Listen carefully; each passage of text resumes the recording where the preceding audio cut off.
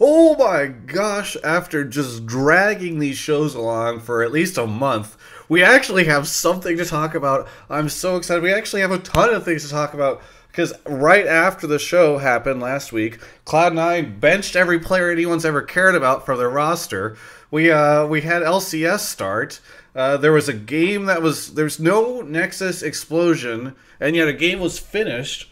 It's just like the craziest weekend ever, and that's why this show is going to be amazing. Hotline League episode 31 starts right now.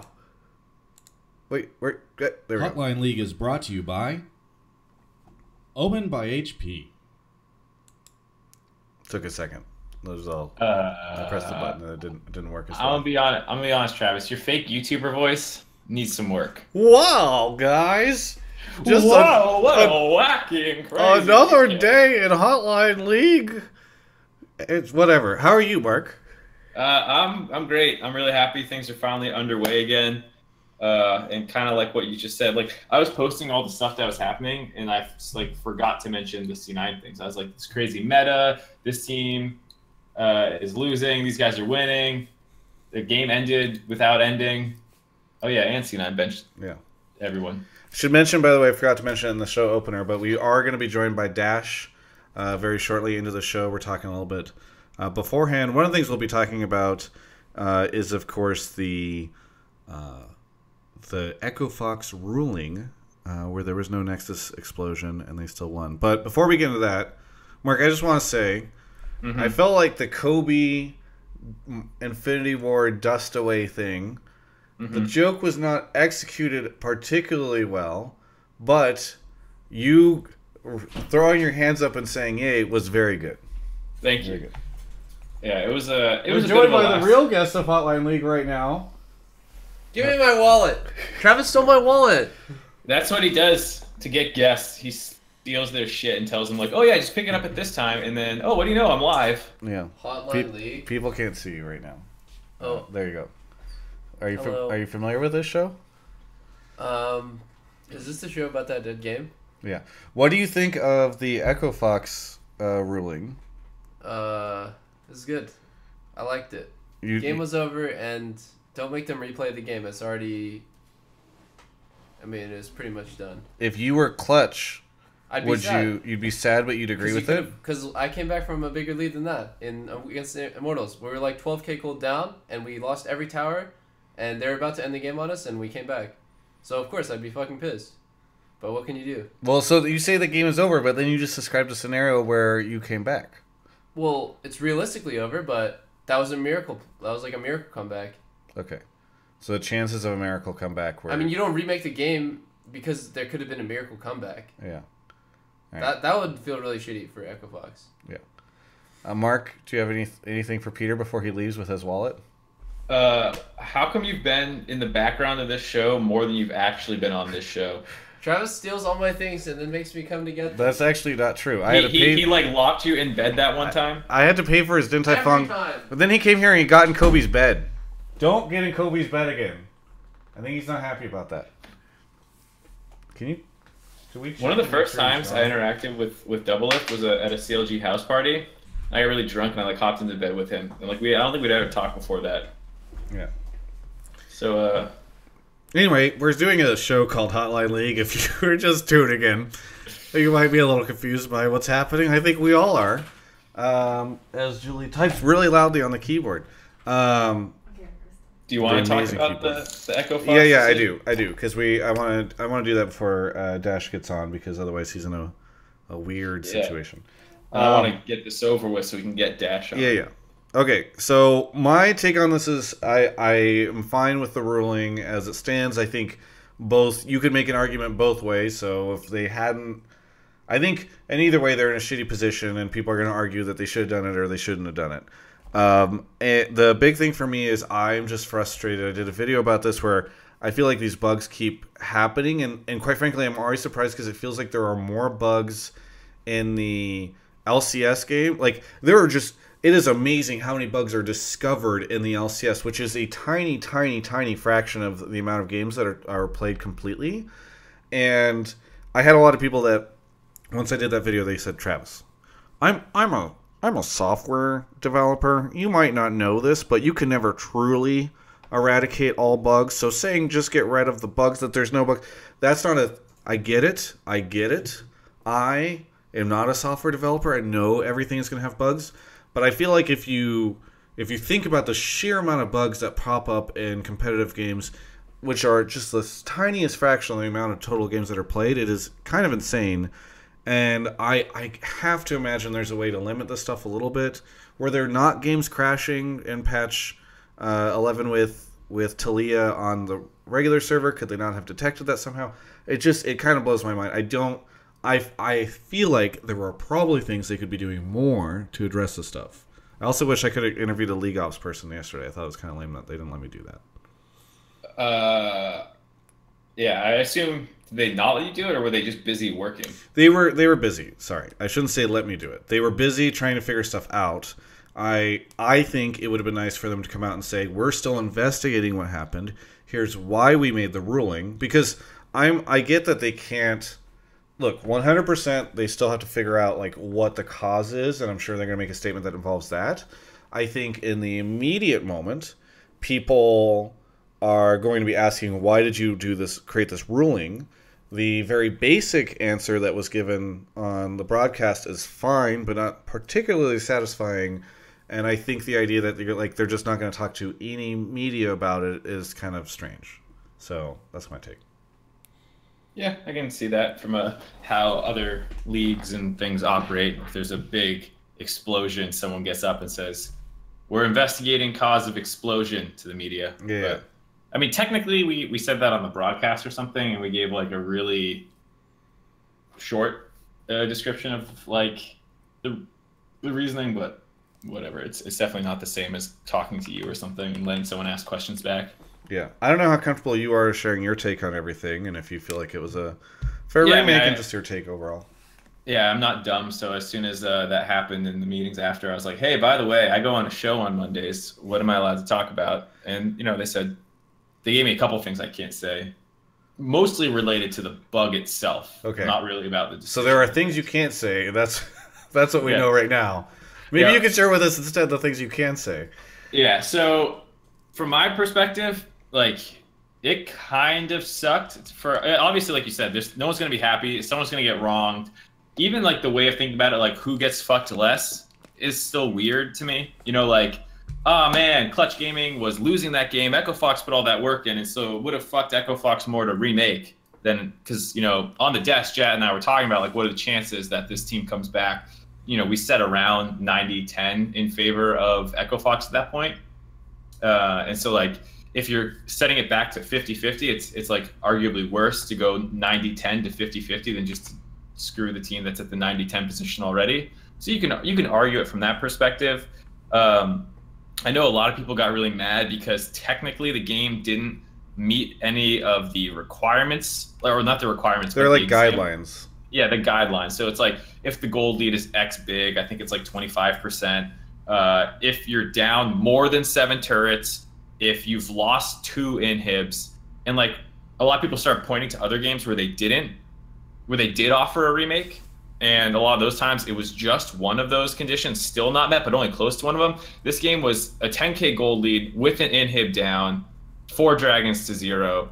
The only redeeming factor in Clutch's favor was that it was 15-15 in kills, but they still hadn't grabbed a single objective off the map with all those kills. So they were not super close to coming back, really. Even if they ace them at that bot inhib, Baron's not up for a minute 40. The most you can do is charge down mid and maybe get a mid inhib. So, they were a long way towards coming back.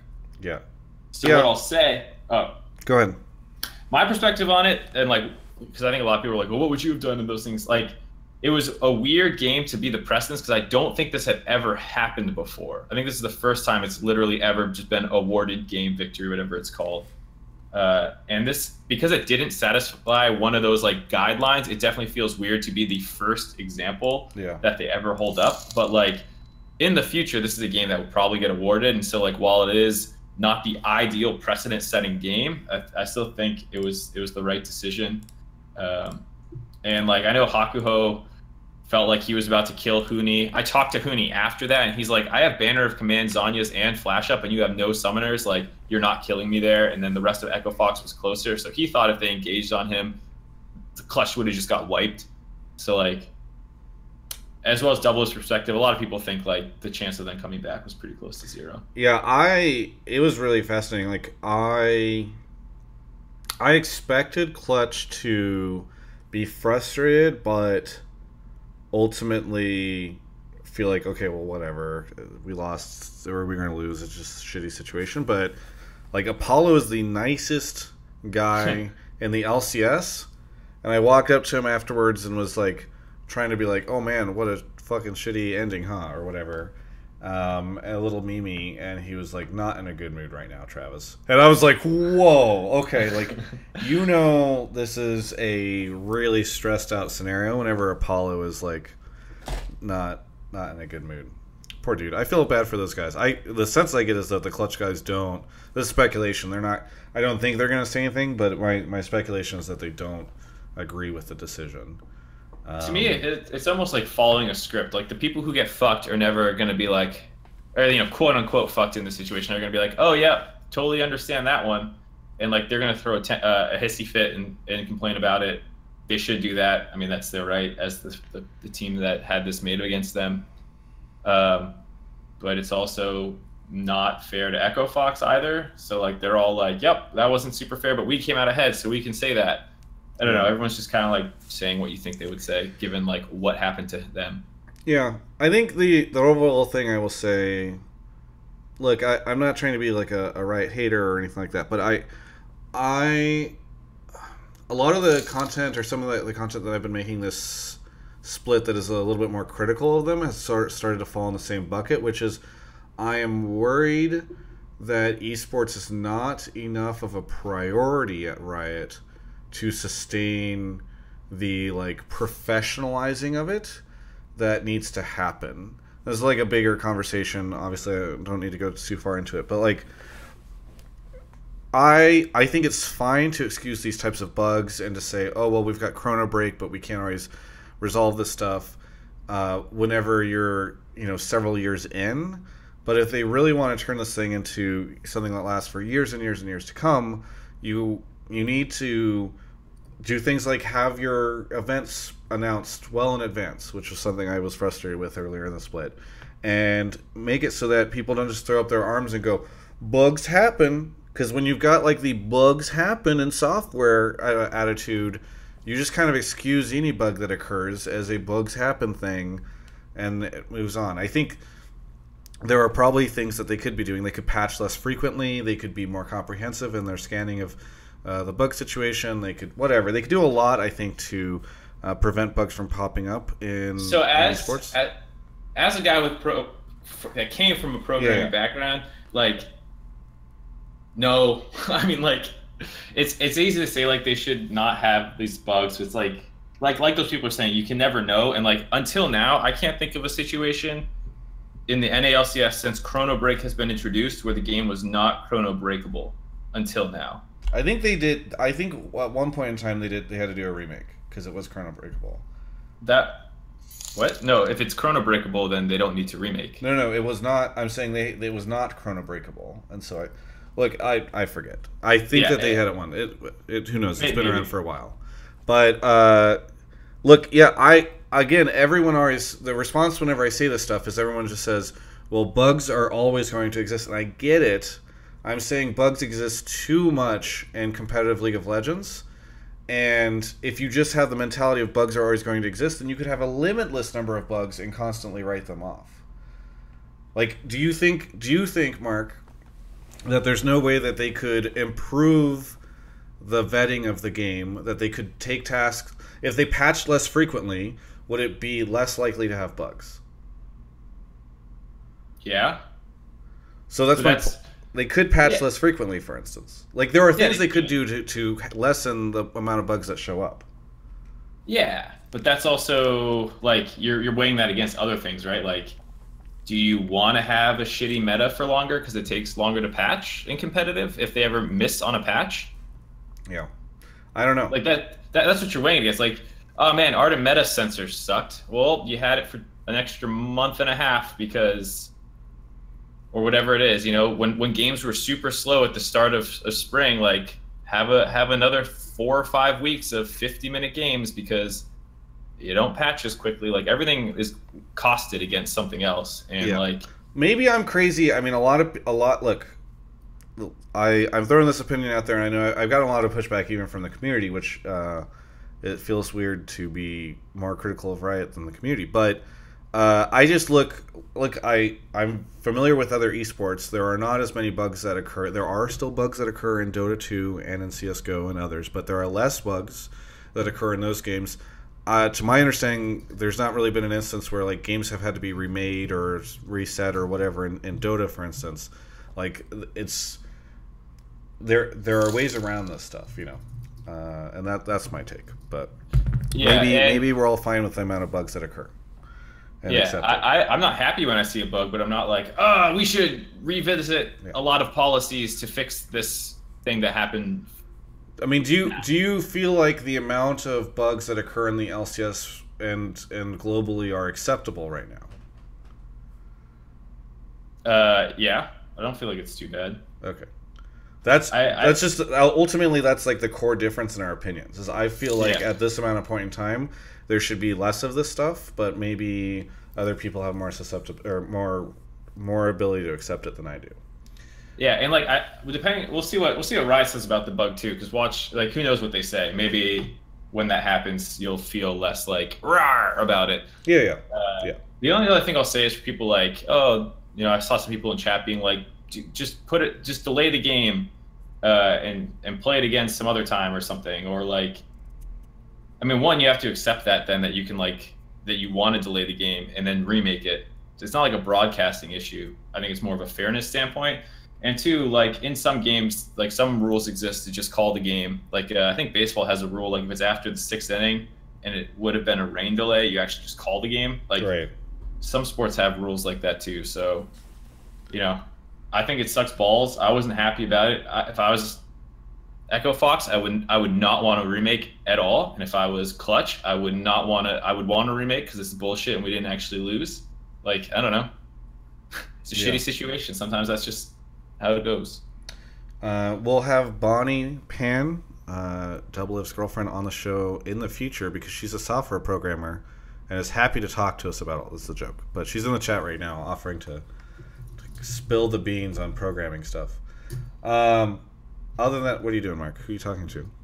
People are like, who's feeding you lines? Who's feeding you lines to talk about on the show? Feeding me lines. Someone's saying, I listened to Dardoch, and he said that the game disappeared. And it's like, Dardoch doesn't know what the fuck happened. Yeah, that's true. Like, what they tell Dardoch, like, while they're trying to just, like, focus on the problem is not, like, you know, indicative of what's really happening at a base level of the code. So, like, yeah, I'm not going to listen to a pro player who was told a one-sentence thing and have that be like, yeah, that's what happened. The game disappeared, and they just couldn't find it again. Yeah. I like anyone who's watched a shitload of League of Legends and saw that pause happen, instantly saw the crash happen, instantly recognized it was different than like any other crash you've seen. Like Jat and I instantly turned to each other and we're like, that doesn't look like a crash I've seen before. Yeah, no, it was super interesting. I mean, just the way everything froze. It usually doesn't break like that, and so I think everyone knew that this was not. It looked like a pause without like the pause overlay. I get that this one was particularly unique, and obviously because of that, we ended up with a particularly unique circumstance. So that's what all I'm saying is like this is definitely, I'm pretty sure, but like when people get into what happened, whenever Riot feels safe talking about it and they know what their messaging wants to be, it was a pretty different situation than other bugs in the past. Look, ultimately, I'll say what I always say in these situations. My opinion is that things should be different. I am voicing that opinion. I don't think Riot is an evil company, and I'm not trying to make any personal attack. Things should be better. Somewhere right now in the Riot Esports office, someone is shaking their fist angrily at the screen and saying, "Why does Travis hate us?" I don't hate anybody. Just raising my thought process on it. Would be happy to do an interview in the coming week or something to learn more about the process and be educated because perhaps I'm an idiot on the subject. Anyway, let's get Dash on here. Yes, let's do that.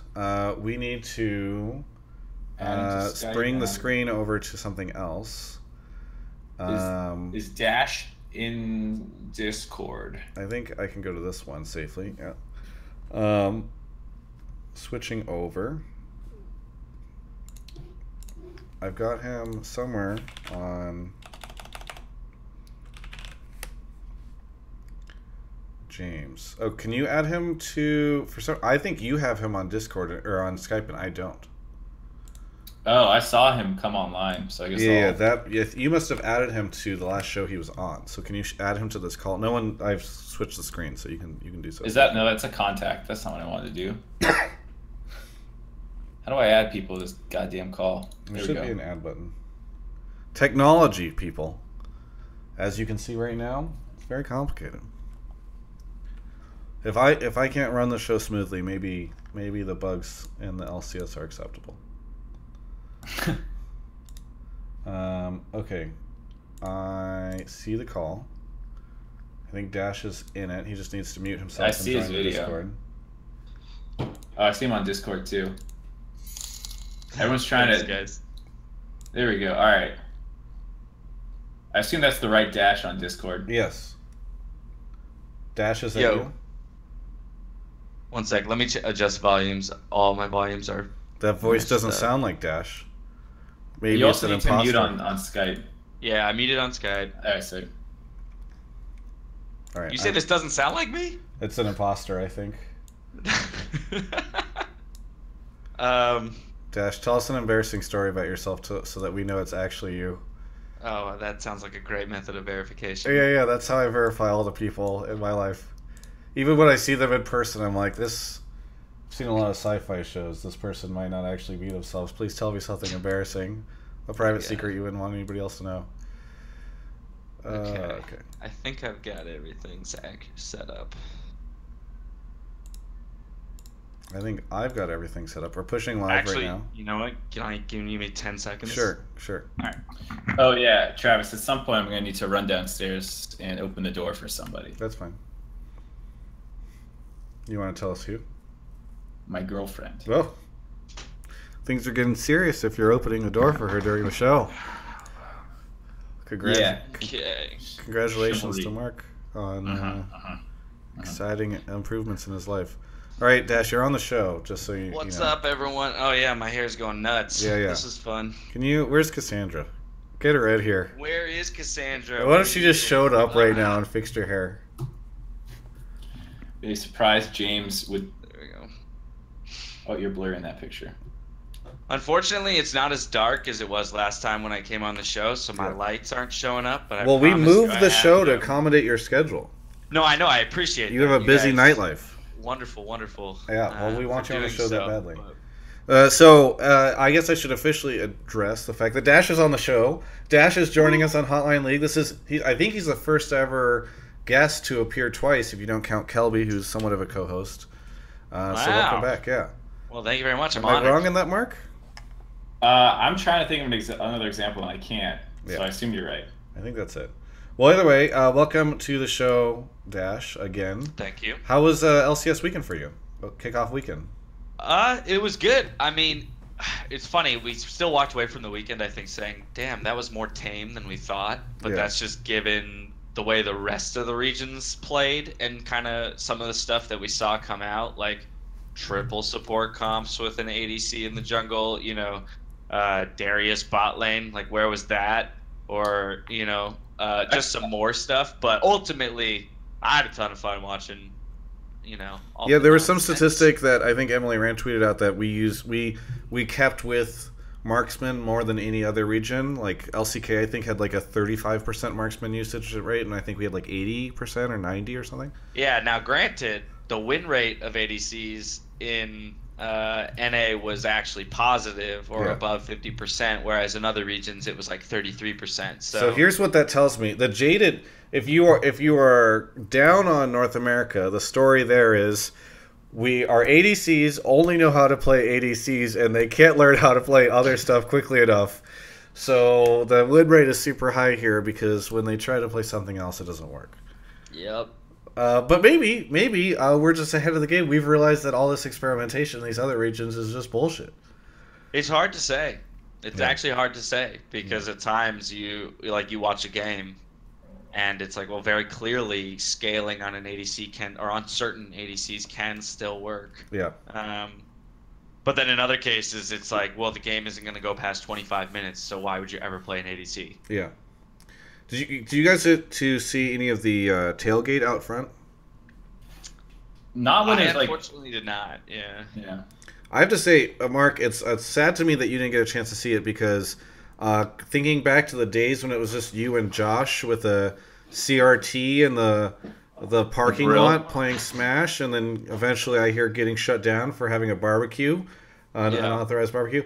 I think it's a little different now. Like Team Liquid had a whole truck out there with like a whole broadcast studio in it. Like all the different teams besides the new guys had different stuff. There was a TSM Pinata that was. Oh, I need to mute those alerts. There's a TSM Pinata that CLG brought that was filled with salt. I don't know if you guys heard about that. Yep. So it was pretty good. We showed that on broadcast. Actually. Oh yeah.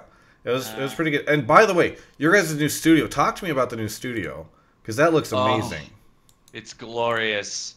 It's so glorious. I mean, so when I first started working, well, in this studio space, the analyst desk was originally in that same area, and then it was when we went to dual streams, we turned that into the battle theater. So that space kind of got like yanked away from us, which was like a little bit of a bummer. Ultimately, though, like getting all that space back is amazing. Now having like just more tools and diversity for what we can do on the set, having more looks. I mean, you've already seen us do interviews over there with Avali. We did the one little telestrator segment with Mark. We have this massive video wall behind us, which just allows us to use so many more different graphics assets and whatnot when it comes to telling stories. Without having to just like put a full screen graphic up there. We can kind of do both at the same time. So yeah, ultimately, I mean, I'm in heaven now. Yeah, they look super cool. I'm trying to. Were you guys able to walk between the different sets before, like years ago, whenever you were in that old studio space? No, well, back in that day, all we had was a desk. Yeah. And so it was just a desk with a screen behind and whatnot. Yeah, because I was gonna say, it's I like mean, a full studio. Yeah, you're like using it way ESPN differently. Feel. Yeah. Well, we don't see that on the show, but yes, much like a Travis Gafford studio, I think is what you mean to say. Yeah, that sounds about right. Yeah, really impressive. Mark, are you enjoying that space? Not at all. All right. Well, I tried. And the start of the show was great. Was that a bird scooter that you were on, Mark? Did you have to rent that? I don't think I'm allowed to comment. I don't think we want the LCS sounding like it's endorsing a specific scooter company, but I was in fact on some motorized scooter that you rented. That you can rent. Okay. From a phone. Okay, that's great. I love the idea that you're like, okay, I've rented it. Well, the show's ready. We can start using it. Well, like the whole thing was actually... How much did that cost you? 50 cents? I actually don't even really know because my phone's so old. We had one of the graphics people help me rent it, but we used my credit card on her phone, and then I didn't have the phone on me. So when the thing locked itself like a minute before we went live, I just had to hope that she unlocked it in time. What phone do you have? I have a Samsung Galaxy S5 with a cracked case. Gotcha. Okay. It's pretty bad. All right, let's not talk about my phone here. Yeah, that's embarrassing. You should feel bad.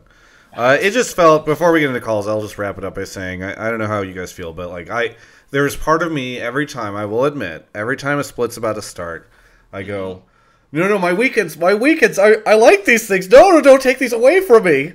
And then the moment I get to like the parking lot out front, and I start to see all the faces again, and like the games kick off, and you get that first big upset, and you see like all the crazy stuff.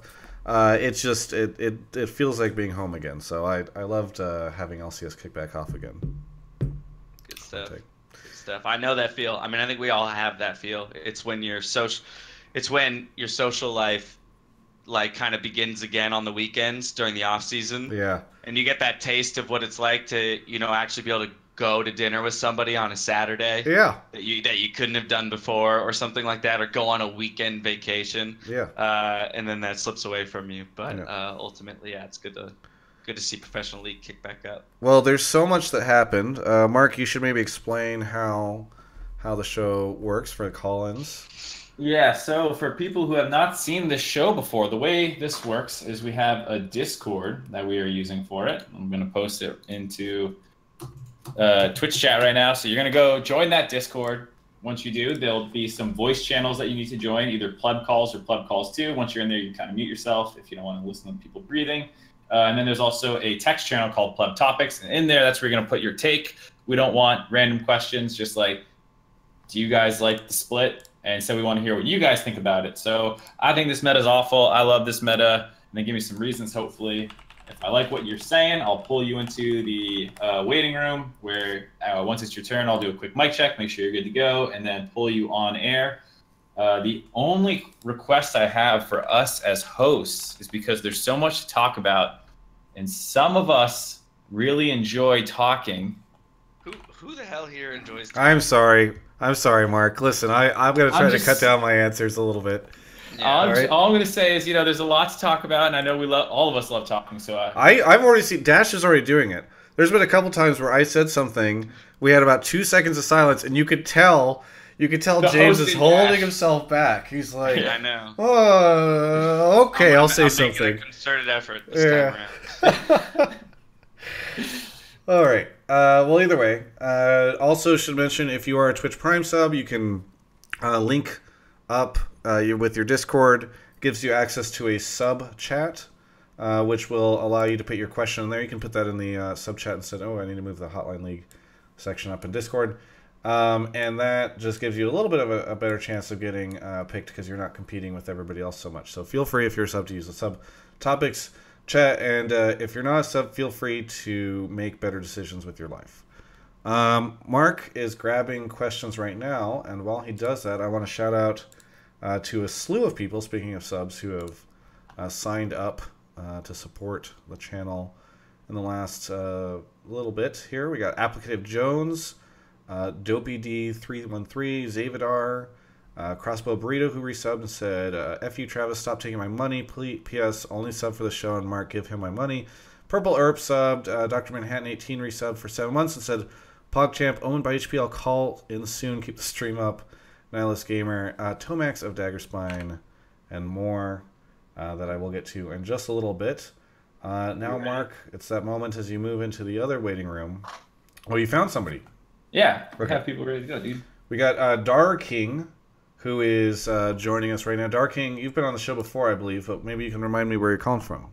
I'm calling from Raleigh, North Carolina, and I was on the Hotline League live. Me and Dash had a moment. Oh, nice. What was the moment? Spicy topic. You can remind me. Well, I was the one that didn't like the best of threes, and we had a spirited debate. Ah, gotcha. Well, yeah. Welcome back to the show, and thank you for being a sub. What would you like to talk about on the show tonight? So I thought when I was catching up on the Fiesta meta, whether or not we like that name or not, I thought that this would be super fun to watch, and it turns out I was very, very wrong. I tried watching all the games this weekend, and it killed my moves at all. It was like watching it, like it was watching solo queue is what it felt like. I felt like as soon as there was like one major like team fight, the game was over, and I didn't feel like there was ever any competition for like comeback or anything like that. And even like some of the interviews that you did, Travis, with Prawley and some of the other coaches, they're even saying like, we don't know what's going on, and we may win, we may lose, And I was like, that's such a, I don't know if that's a meta you want to play in, where you don't feel confident in what you're doing. And not just because you're trying new things, it's more that you feel like the meta is just like a coin flip of like, if you are able to execute off the get-go, or whether or not that happens, it just feels like it was just a wash.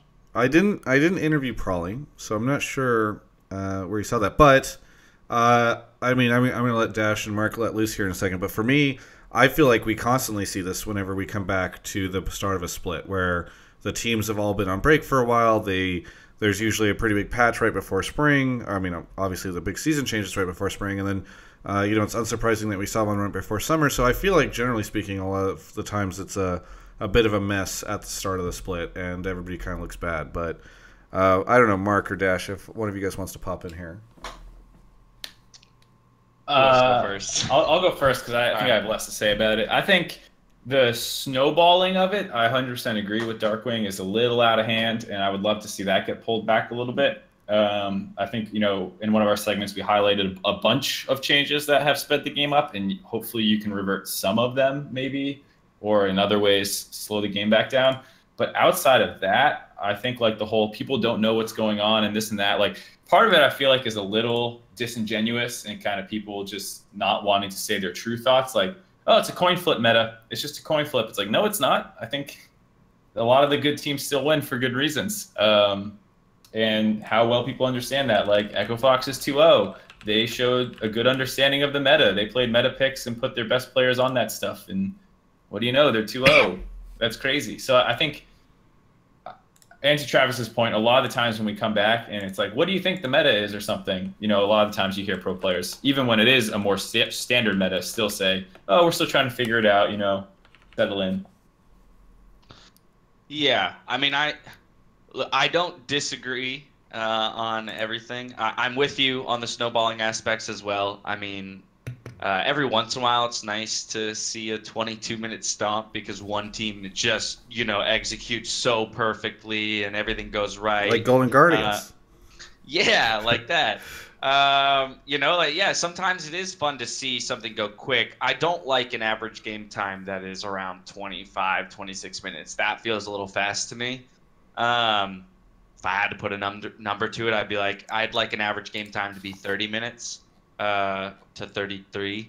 Doesn't mean there aren't fast ones. I think, though, I wholeheartedly agree with Mark's point about pro player sentiment and coach sentiment. I'm not sold on it's 50-50 or it's coin flip or no one knows what's good. I think there's still an element of that where it's like no one knows what's ideal yet, but that's because it was a massive change. And I think I hear most of that from the teams that seem to be resistant to the idea that like there is a best way to play League of Legends right now.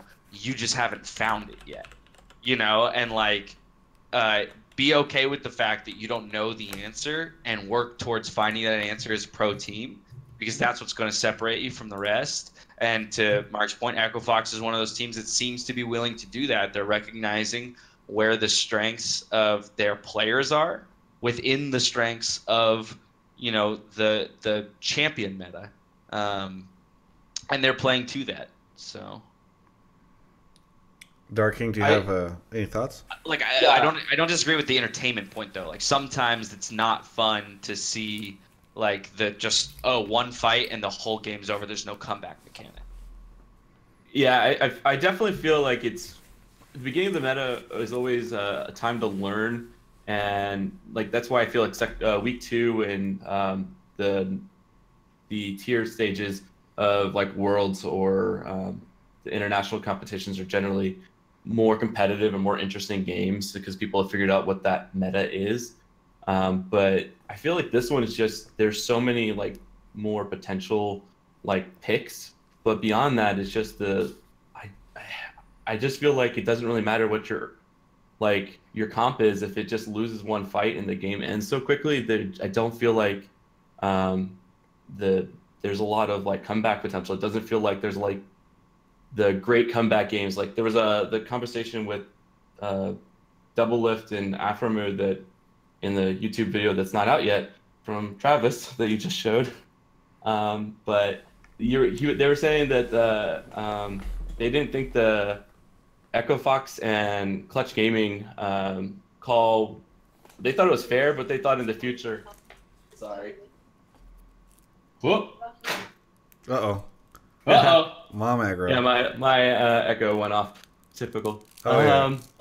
So, where was I going? Oh yeah, they were saying that they thought that that match was over, but in I think another meta, I think there would have been comeback potential.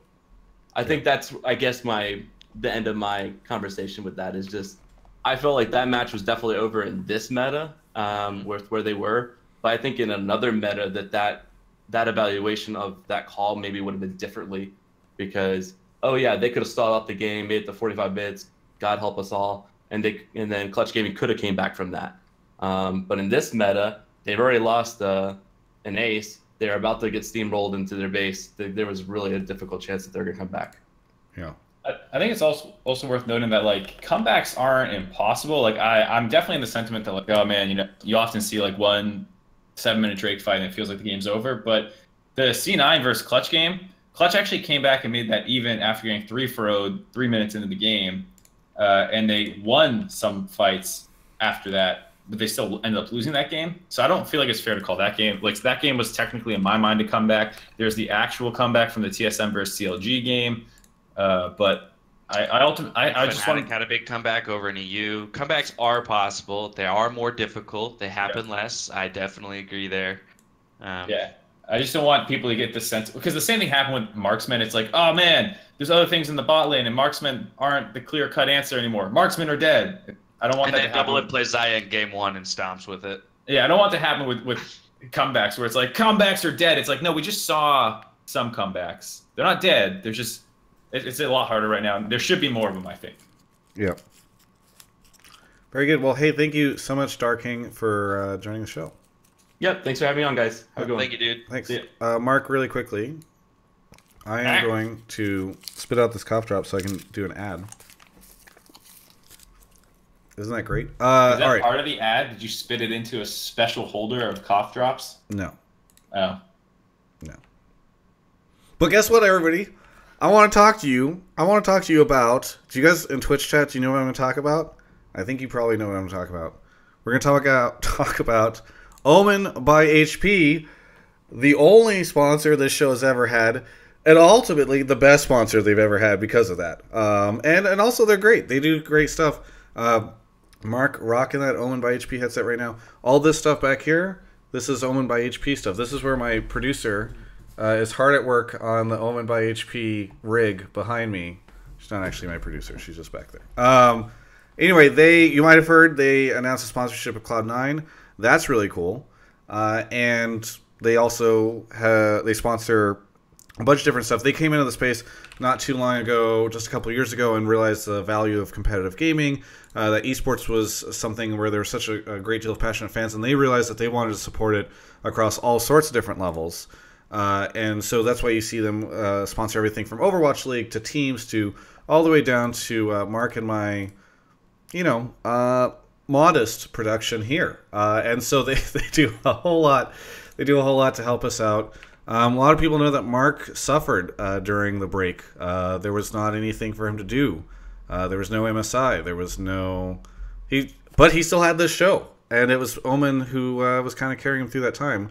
I've got good news for you guys, by the way. They're coming out with new accessories, which they recently announced, and we've done this twice before. This is the third time we're going to do this. I'm going to put it into the Twitch chat right now. We're doing a giveaway. We're doing a giveaway right now with them. You can sign up for the giveaway there. Have a chance to win those accessories. I think that runs through next week. If you're watching the VOD, you can check it out in the YouTube links as well. But we want to thank Omen by HP so much for their support of the show. So thank you to Omen. Now it's time to move into the next caller. Mark, do you want to go find us somebody? Yeah. Yeah. Very good. Thanks so much, Twitch chat, for being so nice and generous during the ad breaks, by the way. Dash, how did you spend your break? You mean just now? No, not just now. I was like, what? Between MSI and NALCS? Yeah. I spent it in Big Bear for a weekend for my roommate's birthday. Then my parents were in town for a bit.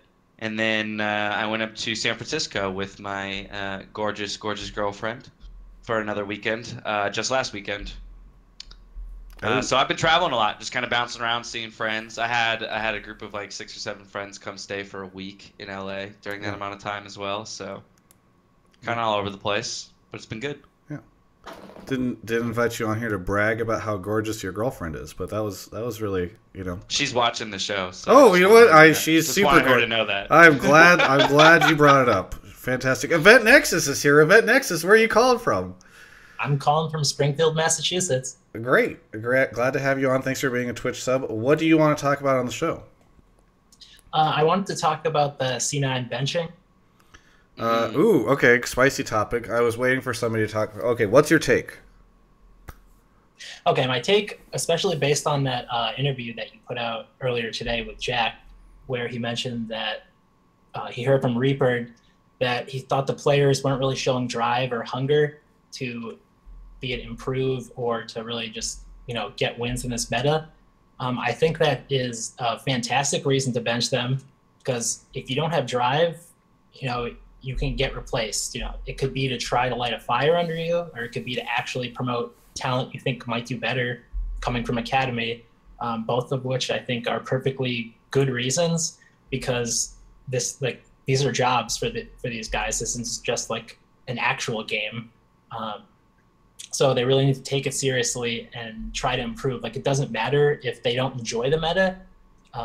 Obviously that's, up to game design, but as far as they're concerned, their job is to win games, improve, and try to carry their team as far as they can. It doesn't really matter if they don't like the champion that they have to do it on.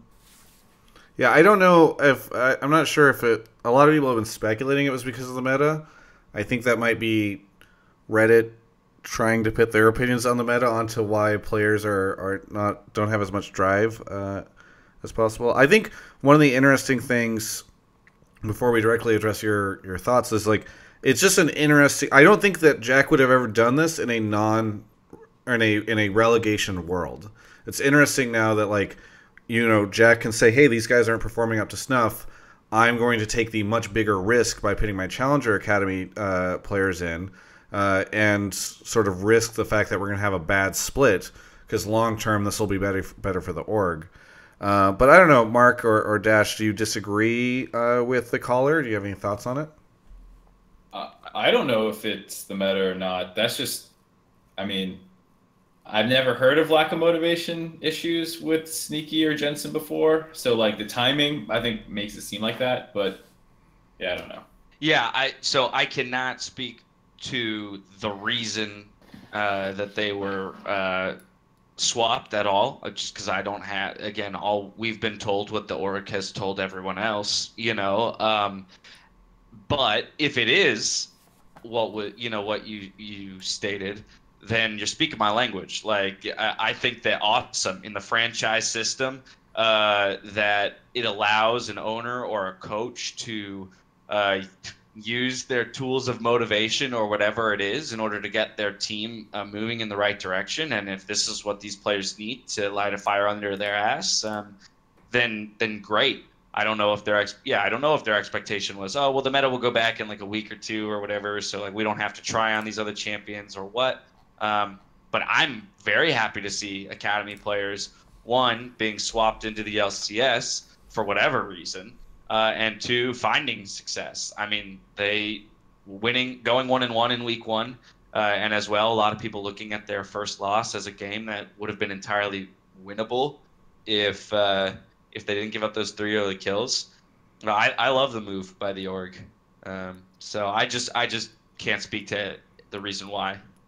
Yeah, unfortunately. One of the things that just impressed me was, like, you are one of the most popular orgs, and your popularity is carried by 3 really big names, and you decide to bench all 3 of them at once. That's like a bold move, at the very least, because I think a lot of owners, and maybe Jack did feel this way before he made the decision, would be nervous to do something like that. It was such an unpopular decision right before the start of the split, and kind of they came out in what, at least in the beginning, was a pretty respectful, yeah, these other guys are trying really hard, which kind of implied maybe the other guys aren't trying as hard. It was just an interesting take. Mark, separating like the conversation around the meta or whatever, what do you think of the decision? Regardless of the meta or not, I like the I don't like that Sneaky and Jensen are not in the LCS. I wish they were in there, but it is nice to see an org kind of putting their foot down. I think over the course of the LCS, there has been a number of times, some of which I have heard about while I was coaching, that something like this probably should have happened, but people, either due to relegation or desire to go to Worlds, did not put their foot down in a way that they might have been able to. So I think this is one of the first times that it has happened, and that's cool. Yeah, I mean, I also agree with that point. I don't enjoy not seeing Sneaky and Smoothie and Jensen in the LCS. Like, we all know that these are very talented players that we have watched for years, Sneaky especially. They should be playing in the LCS, but they should be playing in the LCS when they are, checking all the boxes of an LCS player. And again, that's for the org and the coach to decide. Are they meeting all these requirements to deserve to play in the LCS? I mean, they lost to CLG's Academy team in the Academy League last week, which is interesting. I mean, I think that's like, if regardless of motivation, it's like these guys are down in Cat, not stellar performances. They don't look great. They don't look terrible. They're just kind of there. And let's say, Keith and Golden Glue and stuff are actually looking good, then it makes sense. Yeah. Even from a purely objective standpoint. Right. Do you have any other thoughts or takes on that event, Nexus? I mean, it sounds like we mostly agree with you. Yeah, I'd say I saw a couple people in chat mentioning that the benching decision was made before the meta shift. And I just said that I'd go off what Jack and Reaper had said, since the players haven't really said anything definitive. Whether or not they can, I don't know. And then, of course, there is that legitimate worry that this is all a smokescreen for making money in that arena deal or something, making players scapegoats. If Sneaky, Jensen, and Smoothie all come back next week to play, I'd say maybe it's closer to that case. That becomes a slight possibility, but right now I'd say that I'd put my trust in Jack and Reaper, since he's been their coach long enough. I don't think he would have brought something up to Jack if he didn't honestly think there might be a reason to bench the players. Yeah, I mean, it was easy to think that at first. Yeah, go ahead, Mark. The whole deal thing for their Academy stream, promo, and that's why they're down there, is just no fucking way. No player. They should. I don't think there's any way that that's the case. It was really hard not to think it was the case whenever they announced it at the exact same time. It's we've got an Academy streaming deal, and by the way, our 3 most popular players are going to be on that Academy team this week. I get it, but if you just look at the risk reward, it's that is just so horribly imbalanced. Yeah, and by the way, on top of the fact the human element of do you think Reaper and Jensen and Sneaky are yeah, dude, fuck it, let's just slum it up in Academy and ruin our chances to get to Worlds potentially. Hey, the Academy is a prestigious league. They're not slumming it up at all, Mark. How dare you? Smurf it up. That's what I said. Yeah, smurfing. Yeah. Yes, they're smurfing it up. That's a much better. Yeah, I mean, and anybody who watches the interview that I did, which is on my YouTube channel right now, for those that haven't watched it, and they should, it's pretty obvious that Jack is really disappointed in the players. And by the way, I straight up asked him, it was because Jat. It was interesting to see Jat just on Twitter directly tweeting the players what the fuck are these tweets, essentially? He didn't say that. Yeah. But it's essentially what is going on? You guys are just memeing about this. Is this real or not? And so I asked Jack about it, and this is the first time I can remember an owner expressing pretty obvious frustration with his own players. And maybe rightly so, depending on who you ask, but it was interesting for sure. Yeah, I'd just say if anyone's ever heard a CEO of a company they work for or something like that talk about a not so bueno situation, that's literally what I heard him talk. I don't think he was trying to hide anything. He was legitimately disappointed with what they were doing. Yeah. Event Nexus, thanks so much for calling in. Thanks for having me. Yeah. Moving on to the next caller, I want to give a shout out to a couple different people that are here. Good John Daniel has subbed. Real Foxy gifted a sub to Nick Allen. Congratulations, Nick Allen, who's definitely never subbed himself, but it's a sub for 4 months. Arrogant One, Atrioc has subbed. Shout out to Atrioc. Good pal, works at NVIDIA. Oh, Atrioc. Yeah. Oh boy, the worst fizz known to man. Yeah, I was watching his Smash He's not a very good melee player either. It looks like we're back with Sac DMB. Is that how it's pronounced? Close enough. Close enough. All right. I like it. Let's just we'll just roll forward with that. Sac DMB, where are you calling from? Orange, California. Orange, California. Okay, so close by. What do you want to talk about on the show? So, after watching the LCS this weekend, I think that this is like by far the best meta for the competitive scene that we've had. Just because like now teams can have their own individual identities, and I think that's really cool because like in other traditional sports like football, you have teams that are like they're really run heavy or they do a lot of passing because they have like a really good running back or whatever. So, the Oakland Raiders as, such and such a team and they have such can you speak up a little bit, Sac? Sorry, I've turned you up as much as possible, but... Yeah, sorry. Is that better? Yeah, a little bit. Yeah, just speak... Throw your voice out there. So yeah, I think it's really cool that we can have teams that are kind of crafting their own identities. We had teams like... Doublelift, played Zaya this weekend. Pretty traditional, build around your ADC. We'll kind of ignore that awful Vladimir game and act like it didn't happen. But then you have teams like Echo Fox who are kind of moving Huni around and putting him in his best matchup to just try and flex him wherever they can. In EU, you had like G2 playing Heimerdinger bottom and building around that. And then Fnatic put Kaisa mid and just funneled everything into Caps. And that was really cool because like it was a really strange game the whole way through, and it felt like they were just getting their asses kicked, and then all of a sudden they just like blew up at the end. So I think it's just kind of cool how I think we're going to see teams actually start to carve out their own identities. Like this is a team that typically plays the traditional ADC, whereas this is a team that tries to do like that gold funnel strategy because that's what they're good at. Yeah, I mean we spoke with a caller a little bit ago who felt like this was a terrible meta. For me, it was super fun to see all the crazy stuff that was happening. Anera was talking about how they'd been messing around with role swaps. Stardock said in an interview with me that he'd been wanting to role swap for a while. It seems like a lot of the veteran players in particular are really embracing this. It's kind of funny that Peter said he was so excited about playing different characters in the bot lane and then had that Vlad performance. But it's been cool to see. It's been cool to see sort of the different ways in which all the different teams have utilized it. I don't know if I agree that it's allowed all of them to have a unique identity, because I think we'll have to see over time if that occurs. But I think a lot are having an identity crisis. Yeah, maybe that's it. I've been throwing to Mark recently, so let's go with Dash first. Yeah, I mean, so I again pretty much agree with most of what you're saying. I enjoy seeing change. And I enjoy diversity. The one thing that I don't love is the gold funnel strat.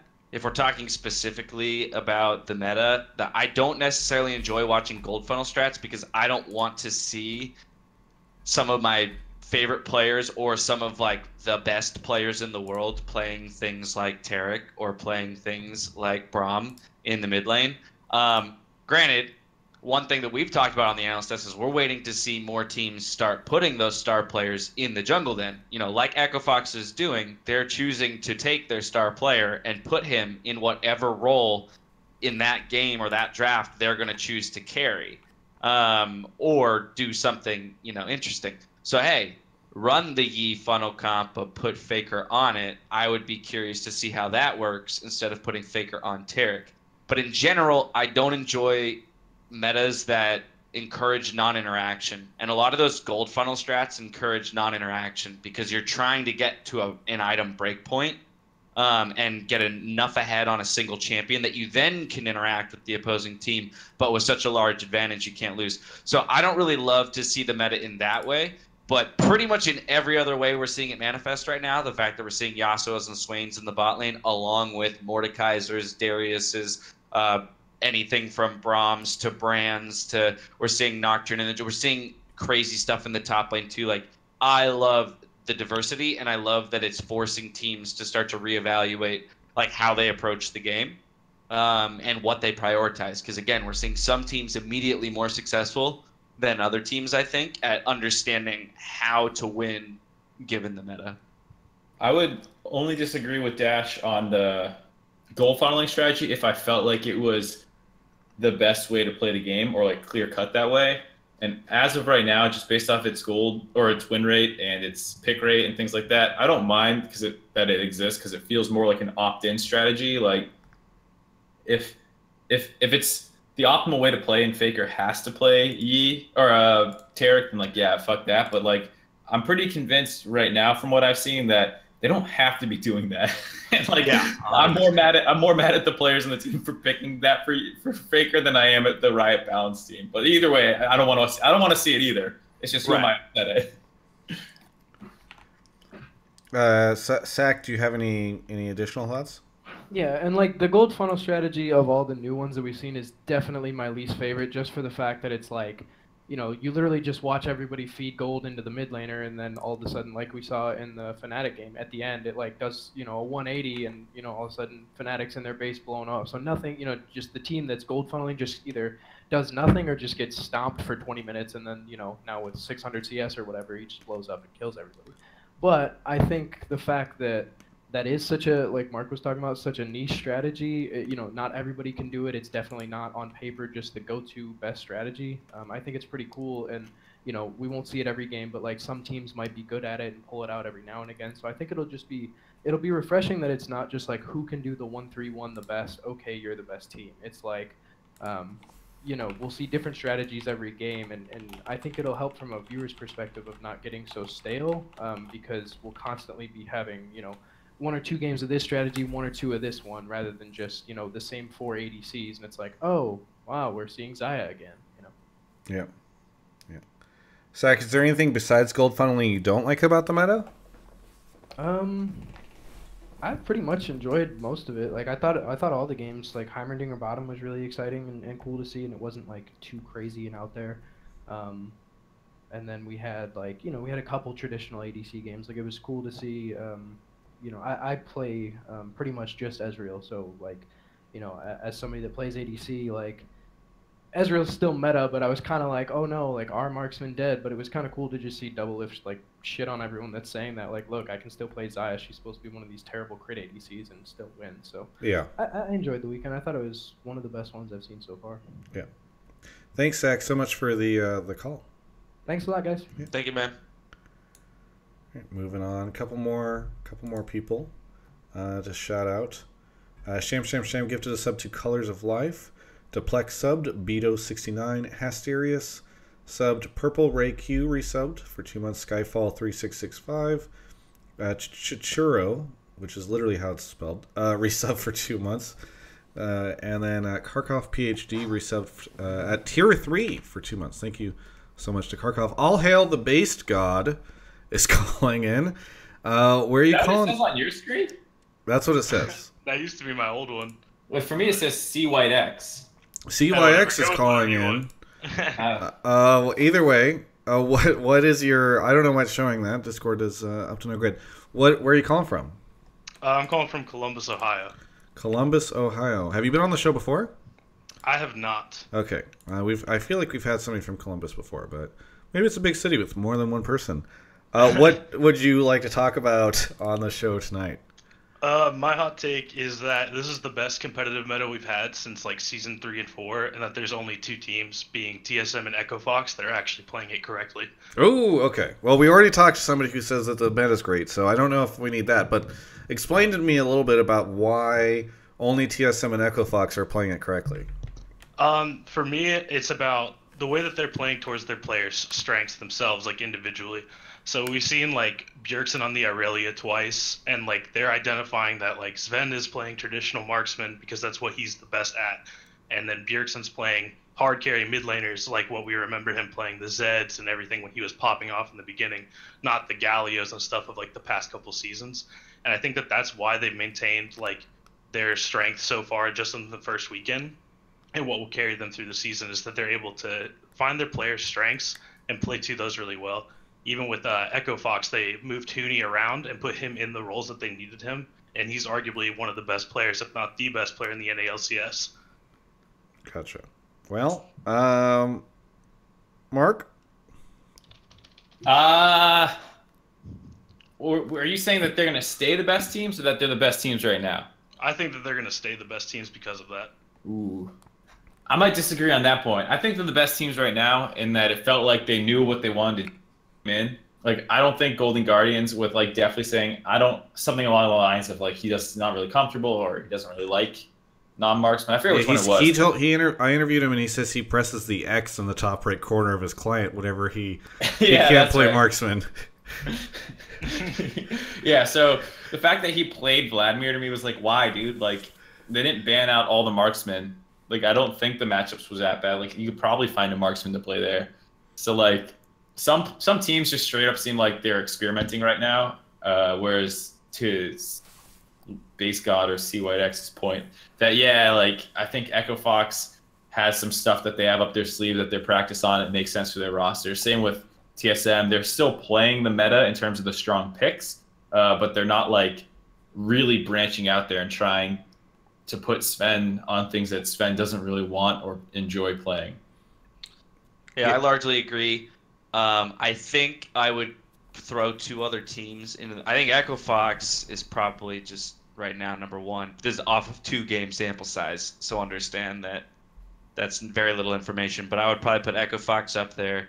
I do agree similarly that TSM is playing the meta smartly because they are playing to their strengths, as you mentioned, not branching out further than they need to. I would throw C9 up there, and I would throw CLG up there based on C9, again, showing us things like the Nocturne Jungle, which no one else is showing, with the cup paired with the Shen top, so really utilizing like globals and level 6 mechanics to find their leads, and that's how they initially found their comeback in their game 1 that they ended up losing. And then CLG, as Mark pointed out, their day 1 draft was like really, really intriguing. It was the Ornn, Braum, Renekton, where Renekton ended up going mid, but they very easily could have put Braum mid with Ornn bottom, Renekton top or whatever. And so it's just like a really flexible draft that I think still had a lot of tools to win the game. So I would probably put a few more teams up there in terms of, I wouldn't be so ready after week 1 to say 2 teams are definitively the top 2 teams in the league and will remain there. Does C9 and CLG deserve the honor as well? I think they deserve the honor of like feeling like they knew what they wanted to do. I think like the first game for C9 was just a tragedy. Like, I thought like, oh yeah, Brand sounds good, yeah, okay, and then they just die. That was a little rough. Yeah. I'm not quite sure either of those teams look better than those other 2 teams right now. No, I don't think by execution or even by game result they look better. But they're playing the game. In a conversation of which teams understand the meta or how they should play in the meta and might, be top tier teams through the first few weeks, like I would put them in that conversation because I don't think you can also say after 2 games that TSM just is top 2. Okay, yeah. I would say I would include Team Liquid then if it's like, I think they're really good. I think level 1, they probably tried to do something that in theory can work and is a cute strategy, but they just fucked up on. Like if Ole and Doublelift went to the wave together level 1, Ole Qs it, Doublelift E's it, they execute with the Targon stacks on the Alistar, and then they push the wave together. They probably get that into turret before the enemy team gets back, or at least make it so that they're fine. Instead, they get frozen on, and then it just all goes downhill from there. And with how the meta is, it was kind of over. And Golden Guardians did play well as well. So I would say I expect Team Liquid to bounce back pretty heavily. And I didn't read too far into that loss. That was just like, well, that was one of the dumbest things I've seen of Vladimir try to do. Yeah. CYX, what do you think about the CLG C9 idea? For me, it's kind of weird because C9, when they subbed in the 3, obviously everyone's going to be skeptical because losing Jensen, Sneaky, and Smoothie is kind of a big shift. But I mean, overall, I think they played pretty well. You can see the synergy of those academy players together. For CLG, I think they looked pretty good. Their loss to TSM was kind of tragic, but I mean, overall, I think those teams do look pretty decent. I guess for me, it's just I'm seeing a lot of people playing things like, obviously you're saying trying it out, and it is only the first week, but I'm seeing a lot of people like picking the Vladimir and like it's like stuff like that in the bot lane, and it just looks bad to me every time I see them like puddle when they shouldn't, and just stuff like that. It's just you can see like the not polish on I different. like. I want to change the spell name to Puddle now. Yeah. He puddled. But yeah, like you can see like the lack of polish on those champions, and it's like clearly marksmen are still a viable and strong strategy, and I would just like to see other teams just rely on what they're strong at currently, and then while they maybe learn the new things that could be viable in those positions. But it seems to me that TSM and Echo Fox have already figured that out, and then barring some crazy meta shifts, which obviously is very possible with such a volatile patch and everything like that, but I could see them just maintaining this momentum and like strength throughout, just because with other changes like the snowballing of games and things like that, if that doesn't change too much, then I could see them just closing games out and destroying for the rest of the split. Dash, you look like you're in a trance right now. What? Is everything okay? I'm great. You're like turned and you're like looking No, at something. I'm just swiveling in my chair. Oh, okay, very thoughtful about everything. Yeah, exactly. All right, very good. I can't believe everybody's sleeping on Golden Guardians. Come in there, bust down the Team Liquid door in what 22 minutes. It's the year of the Lord. Man, they crushed them. I don't want to like. I mean, CYX is saying it. I don't want to say it, but it might be the year of the Lorlo. It might be the year of the Lorlo.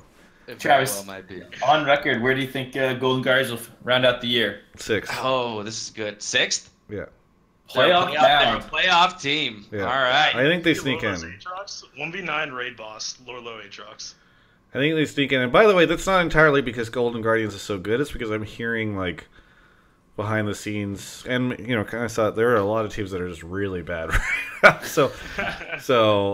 But also, by the way, a lot of teams that are really good. Like I'm pretty excited because I think TSM should be a stronger contender this split than they have been. I don't think Clutch is going to fall. Like I'm pretty excited for Summer Split. I don't know. Lira is playing pretty damn well right now. Yeah, Lira looks good. 2 games, but you know, again, I don't a know. lot better than your last split. I don't know if we're going to end up like. I don't know if the region overall is going to send strong enough contenders to really shake things up at Worlds, but I do think that things are going to get spicy around playoffs. We should see some interesting stuff there. So, yeah. Either way, thank you, CYX, for calling in. Yep. Thanks, dude. All right, moving on. We got about 4 or 5 more callers left. I want to give a shout out to Shiny Froky, who reset for 4 months. I love you, Dadford. I don't know what that means. Enigma, who says Poggers. Somebody with the name Dash. Mark, do you see him having the name Dash? It was I did in chat, but I changed it to my normal one. Okay, it hasn't updated for me, so it still says Dash. What is your regular one? It's Lord Mordath. It's what? Lord Mordath. Lord Mordath. Not Dash, Lord Mordath. Were you trying to sneak into the show before Dash? Well, it said Dark Dash's number one fan. Exactly. Okay. See, right now it just says Dash to me. Wait, Dark Dash is #1 fan? Dark Dash is the real one. Oh, get out. Not the real one. Yeah. Get out. Or is Dark Dash the real Dash? That's a good question. We don't know. We don't know. If Dark Dash becomes the real Dash, this universe is in a dark place. Lord Mordath, where are you calling from? I'm calling from Las Vegas, Nevada. Las Vegas, nice. Cool. When I click your name, it shows it. Okay. Listen. Yeah, that's my username. What do you want? Yeah. Well, yes, but that's not what's displaying on my screen. What do you want to talk about on the show tonight?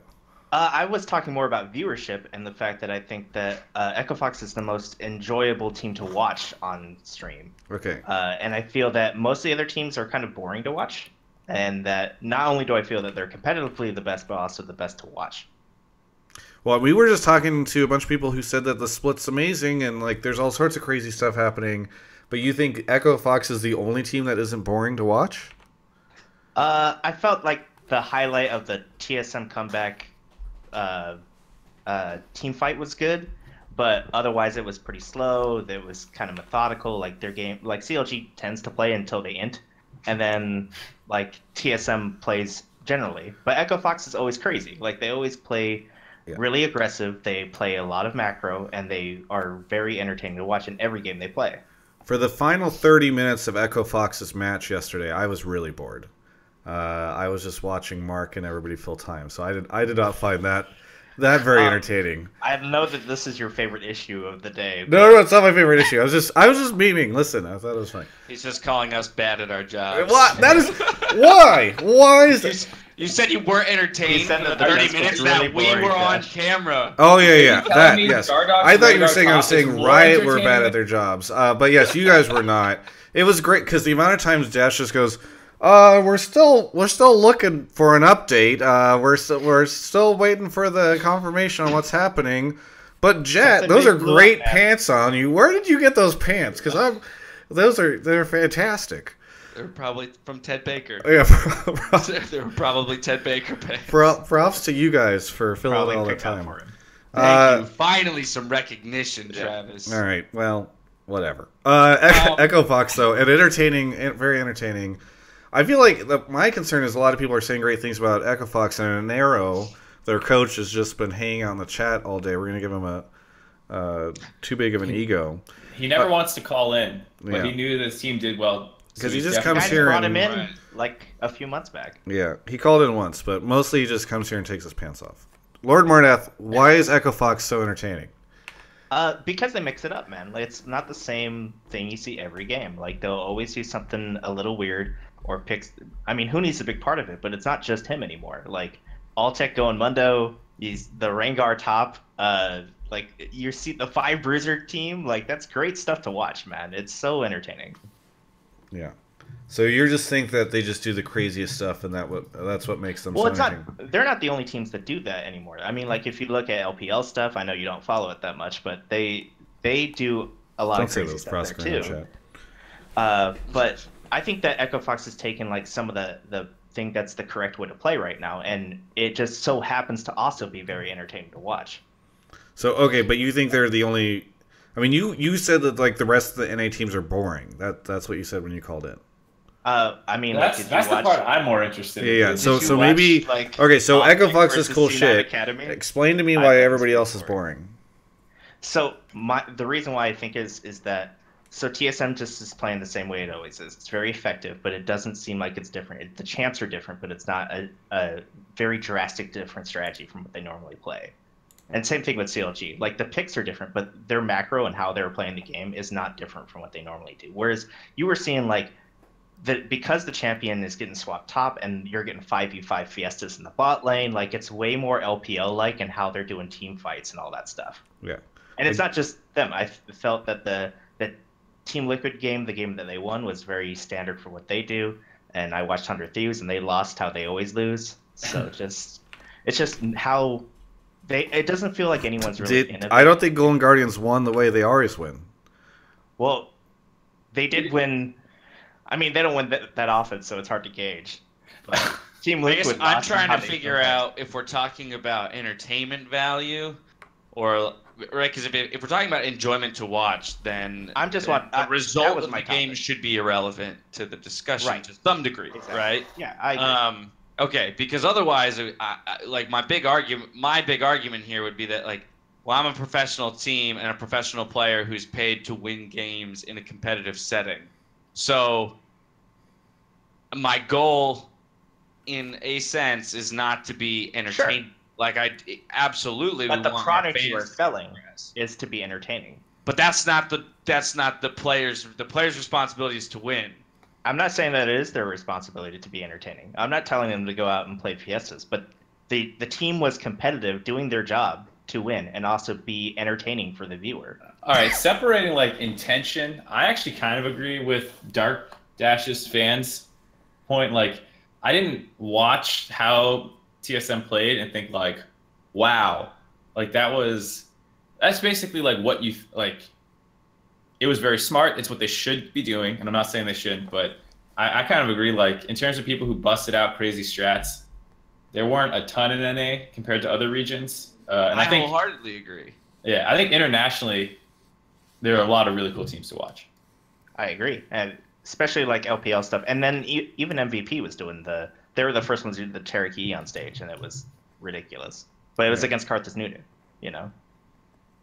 Yeah, I don't disagree with you. Like if you're telling me to stack rank teams that I want to watch right now because of entertainment value, then yeah, Echo Fox and a bunch of teams from other regions are topping that list.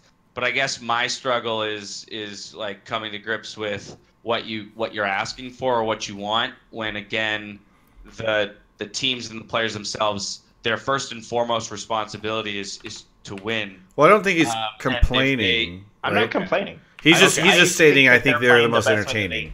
Yeah, I Okay. think that they're playing the best of their ability to win, and I don't think that they're doing necessarily anything wrong. Mark, My point oh, go ahead. is that the Echo Fox is playing to win, and they're also the most entertaining team to watch. And We got that's the- not just that. We got the most entertaining team in the league's coach in chat or in voice comms now. Hello, Nick. Hey, what's up, Nick? Wait, did we add? Oh, we added him to the call. Yeah, and Arrow's in the call. Yeah, he's in the call. Ambushed. His microphone's not working though. Huh? Well, this is That's why we not don't. lit. This is why we always do the tech check. I'm sorry. Before we drag I just somebody tried in. to have some fun. Get him out! Get him out of here! All right. You know what? You're Bring him back fucking where the mic idiot. works. All right. Oh, I heard the mic. Oh, No, that was not working. That was not working. All right. Well, Mark's gone. Let him go play patty cake with an arrow. The whole time. It, and Nick it just wasn't working. No, it was working, and Nick just wanted to make me look bad. I was slightly like unplugged from a monitor. It's fixed now though. All right. And I'm So what? The purpose of bringing an arrow here is the guy who says they're the most entertaining to watch. Now we've got the coach here, and he can say, "I agree." Well, I just want to hear if entertainment value, or like, what is it like to be the most entertaining team? Does he care? Any of An that stuff? arrow. How many drafts do you throw out saying this is too boring before you decide on the one that's entertaining? And you're like, no, bring me Please tell something me that's more that's how the entertaining. prep works. Yeah, I mean we're just for fun region, you know. So Yeah. we're there for fun team as well. Might as Gotcha. well. I don't know. Might as well make it entertaining if you're not going to win worlds. Yeah, I think we're just Might be a entertaining valid point. because we're like pretty early game focused team. I think everyone's pretty aware of that, and we either hard end or we hard win, and there's kind of no in between. So I think that's just kind of entertaining. I don't know, I guess, but I'm pretty big on encouraging players to have fun with their picks too. That's why I mean, we always have some like weird stuff pop up. It's just cool to see a team that like buys into their identity 100%. Like if you're going to win or lose by it, you're just going to do it. Yeah, I guess. I think a lot of teams in NA are kind of happy just doing nothing all game as well and waiting till they get the late game and getting Baron and then winning. I think Europe does the same thing too. It's kind of sad, but I don't know. My Skype is it's going wonkers, so we're gonna go to a different slate. While we're waiting for the Skype to come back, everybody else is still in Discord, thankfully. Anero, what? I mean, what is it? Is it just that you encourage the guys to do different stuff, or what? Why is it that it's so different?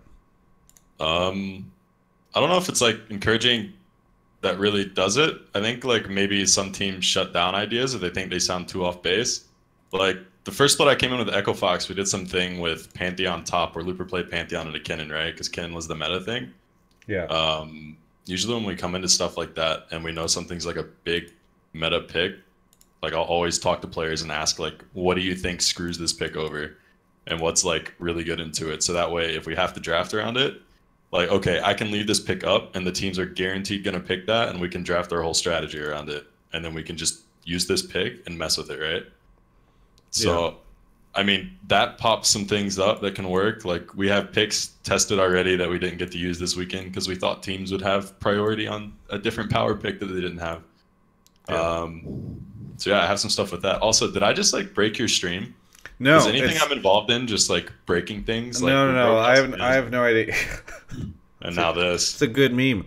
No, I think Skype itself is maybe down or something. I'm not sure what's going on. Dash, I sent you a friend request on Skype. I don't know if that'll allow you to join the call or what's going to happen. But assuming you're still there, Dash, you're there, right? Oh, we lost Dash as well. One of the Dashes is here, but I think that's fake Dash. It's fake Dash. You know what?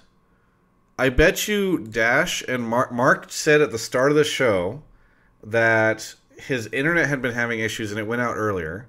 I bet you Dash and Mark have the same ISP in the same area, and both their internet just died. So nice. So guess what? Anero and Lord Meredith, you're now my co-host for the rest of the show. I mean, I would put my cam on, I guess, but I have no shirt on. So I don't want to mess with that right now. It's unsurprising to me that you don't have a shirt on. But so welcome, Lord Mordath and Anero to the show, my co-hosts for the rest of the show, or until Dash and Mark get their internet back. All right, let's move on. You should get the next caller. We should get another caller. Yeah. Anyway, let's see who I have to go. Anero, if I send you into the waiting room, can you? Oh, wait, they're calling back. Maybe they're back. I want to do it. I want to do this though. Hello, okay. Travis. This is my one chance. Oh, Mark is calling from his phone. Fuck. I'm ready to continue the show. Our block lost power for the second time today, so both. Yes, Dash must have lost it as well. By the way, we don't have Dash. Dash lives on one building away from me, so it's the block. Okay. Well, so we've decided that Lord Mordath and Anero are our new co-hosts. That's what I was for. Okay, good. Mark's stream picture is amazing. Yeah. He's. People will think I'm cropping it this way. That's just actually on his phone and doesn't know how to frame his head correctly. That's pretty solid. Nice. Yeah. This is the next level technology we've got here. Oh, that's good. Oh, there's someone in the background. No. Okay. You're not on Discord, are you? No, I can't continue the show, honestly. Okay. Well, so you can want me to go get a do question? it yourself? Yes. I'm going to finish it with Anero and Lord Mordath. And we'll see how it goes. Yes. Just make Anero me. Lord Mordath is already Dark Dash's #1 fan, so he can just step up. Okay. And you can get the rest of the callers. Well, I'm going to hope your internet comes back soon. And then, because I'm not going to set up doing video and stuff like that will be a disaster.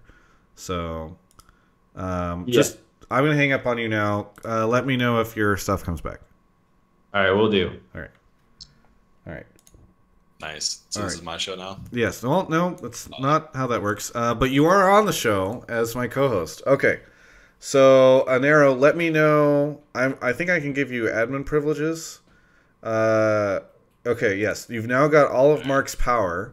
So move to the waiting room, check and see if the caller has the right audio, and then drag them in here after you ask them what their question is and verify that they're a real person. All right, cool. All right. I'll move in. Yeah. I'll be back. All right. Send him over there. Lord Mordath, tell us a little bit about yourself since you're the new co-host of the show. Well, I've been an LCS fan for a long time, but this is the year that's really made me more engaged with the community and everything involved. So nice. Big shout out to you and to the NALCS production. It's been really fun. Yeah, well, fantastic. Where did you say you live again? Las Vegas. Las Vegas, nice. Okay. Well, maybe after the show. Oh, we've got Dilbo. Dilbo is on the show. Dilbo. Dilbo, where are you calling from? Good old St. Petersburg, Florida. Okay, you're a little quiet. Can you get a little closer to your mic? Yes. Oh, okay. Holy. Okay, yes. I think that sounds perfect. Little further away from your mic. Yeah, you're making this hard, Travis. I'm not sure if it's me that's making it hard, Dilbo. Okay, all right. I think we're good now. Just keep it in that general vicinity. Dilbo, I don't know if you've been keeping up, but unfortunately we lost Dash and Mark to a power outage. So we've got Lord Mordath and Nero here, who are the co-hosts. What did you want to talk about on the show today, Dilbo? So basically, all I wanted to say was I don't think Echo Fox should have been granted the win for free. I think they should have just played another day, rescheduled, had a doubleheader or something like that, similar to something they do in sports. Well, I guess, So this is a great spicy topic. Yes. This is great. I'm super happy because Mark pulled you with this topic before we had an arrow on the show. But now you'll be able to talk about it with Anero, the coach of Echo Fox. I know. Can you elaborate a little bit more on why you think that? Well, I just think, like you said about counter logic earlier, a lot of the players probably were real upset. I know they were smashing pretty hard, but there's always the dream. And I just think it would have been a more fair thing to do. And I get it might suck to play a game again, but if you reschedule for another date, you can prepare for it. Know you're gonna have a long day. So, well, they wouldn't have rescheduled it. I think they would have just made people play it again right there. The difficulty. Yeah. Go ahead, Broadcasting Anero. and scheduling. Please don't I part them, Anero. I got in trouble last night. I'm not gonna part them. I was just joking in the chat. No, I didn't know that. I don't know that rule. I thought you could. There's no rescheduling. Yeah, so based off their rules, I'm pretty sure they just kind of had to make a decision there. Like, delaying the game is something that they probably would have gotten a lot of flack for, because like we'd have to play on a different patch and everything too.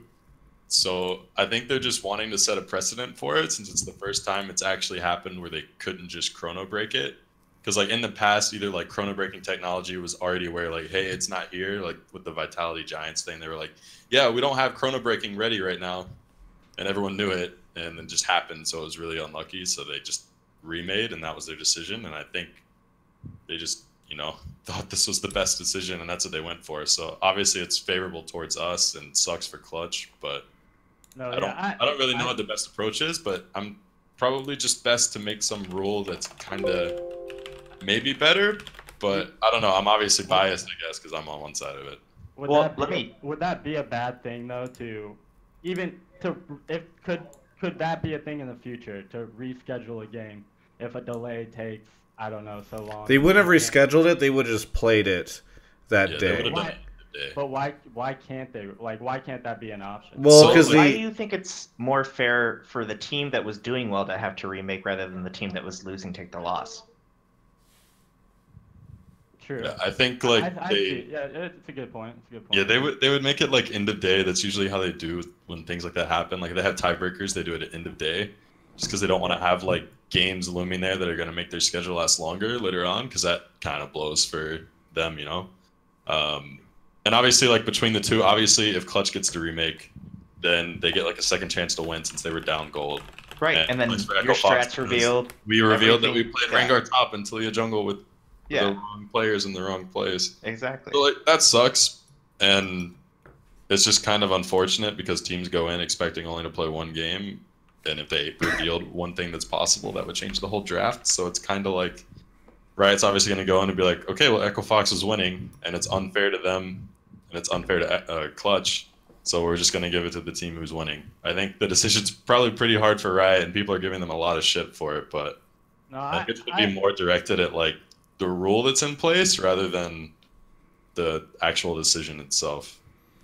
Dilbo, really, hang on. We're going to pause really quickly. I'm adding one more person to the call who might, Lord Mardath, we might say goodbye to you after this call, and then I might actually do video with this person. I appreciate the extra time that you had me on the show. Yeah. Well, stick around for the end of this call. We've got Hunter. All he needs to unmute himself. Oh, there we go. We've got Hunter, who is watching the show, head of Golden Guardians and former guy from Riot that did League Ops stuff and had to actually make calls like this before. Hunter, yeah, maybe you can provide context on like what your role was at Riot and how you handled this stuff. Yeah, so I was the head of League Ops for North America for a year and a half, and so would have been the guy in the back assisting the head ref at the time, who was Raven Keen, and he was head ref until just recently, and thinking through these kinds of things. And so I agree, I think, with Anero in this case. Like, there is no good outcome here, right? Like, you're disadvantaging one team or the other no matter what you do. But I think you want to try as hard as possible to let games be determined like on the field. And that rule in my mind was always like a worst case scenario, like people are sieging the Nexus, the other team is aced, like there's literally no other possible outcome. But that one team would win. That's in my mind what that rule would have done. So I don't think that Riot made the wrong decision, because I don't know that this is a right or wrong case, and I don't think these things are that black and white. But I will say, I think I would have made the other decision and had you guys remake the game. That's just my opinion and my sort of sense from being on the other side of that of what I would have done. Oh, and so again, you would have had them remade it.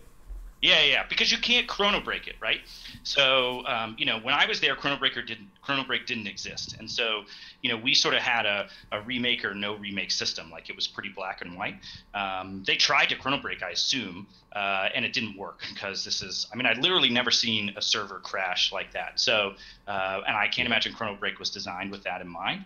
But given that Chrono Break didn't work, you're kind of in the conditions that I was in, when I was on stage at Worlds, when like the Gragas queue bugged out and we were trying to figure out what to do and all of that, which is like a remake or no remake. And I think as much as possible, you want things decided on the field, on the Rift. So you go for a remake in that case. That's my sense. Anero, two things. Oh, Mark is back. Mark Z. Welcome See back, you later. Mark. I'm out. Yeah, Travis, you can kick everyone out now. I'm back. I'm out. Wait, is Dash here? I don't think so. All right, I'm Okay, back. I'm back. Dash had to go at 8. Okay. So I don't think Well, it's not 8. come back. But Anero, really quickly, let me just address a couple things. Anero, can you get on Skype? Can I get on Skype? Yeah, Sure. with video. Can you put a shirt on? And can you reply to my message on Discord? Technically, you no longer need to put a shirt on Twitch. Let me see if my video even works. Okay.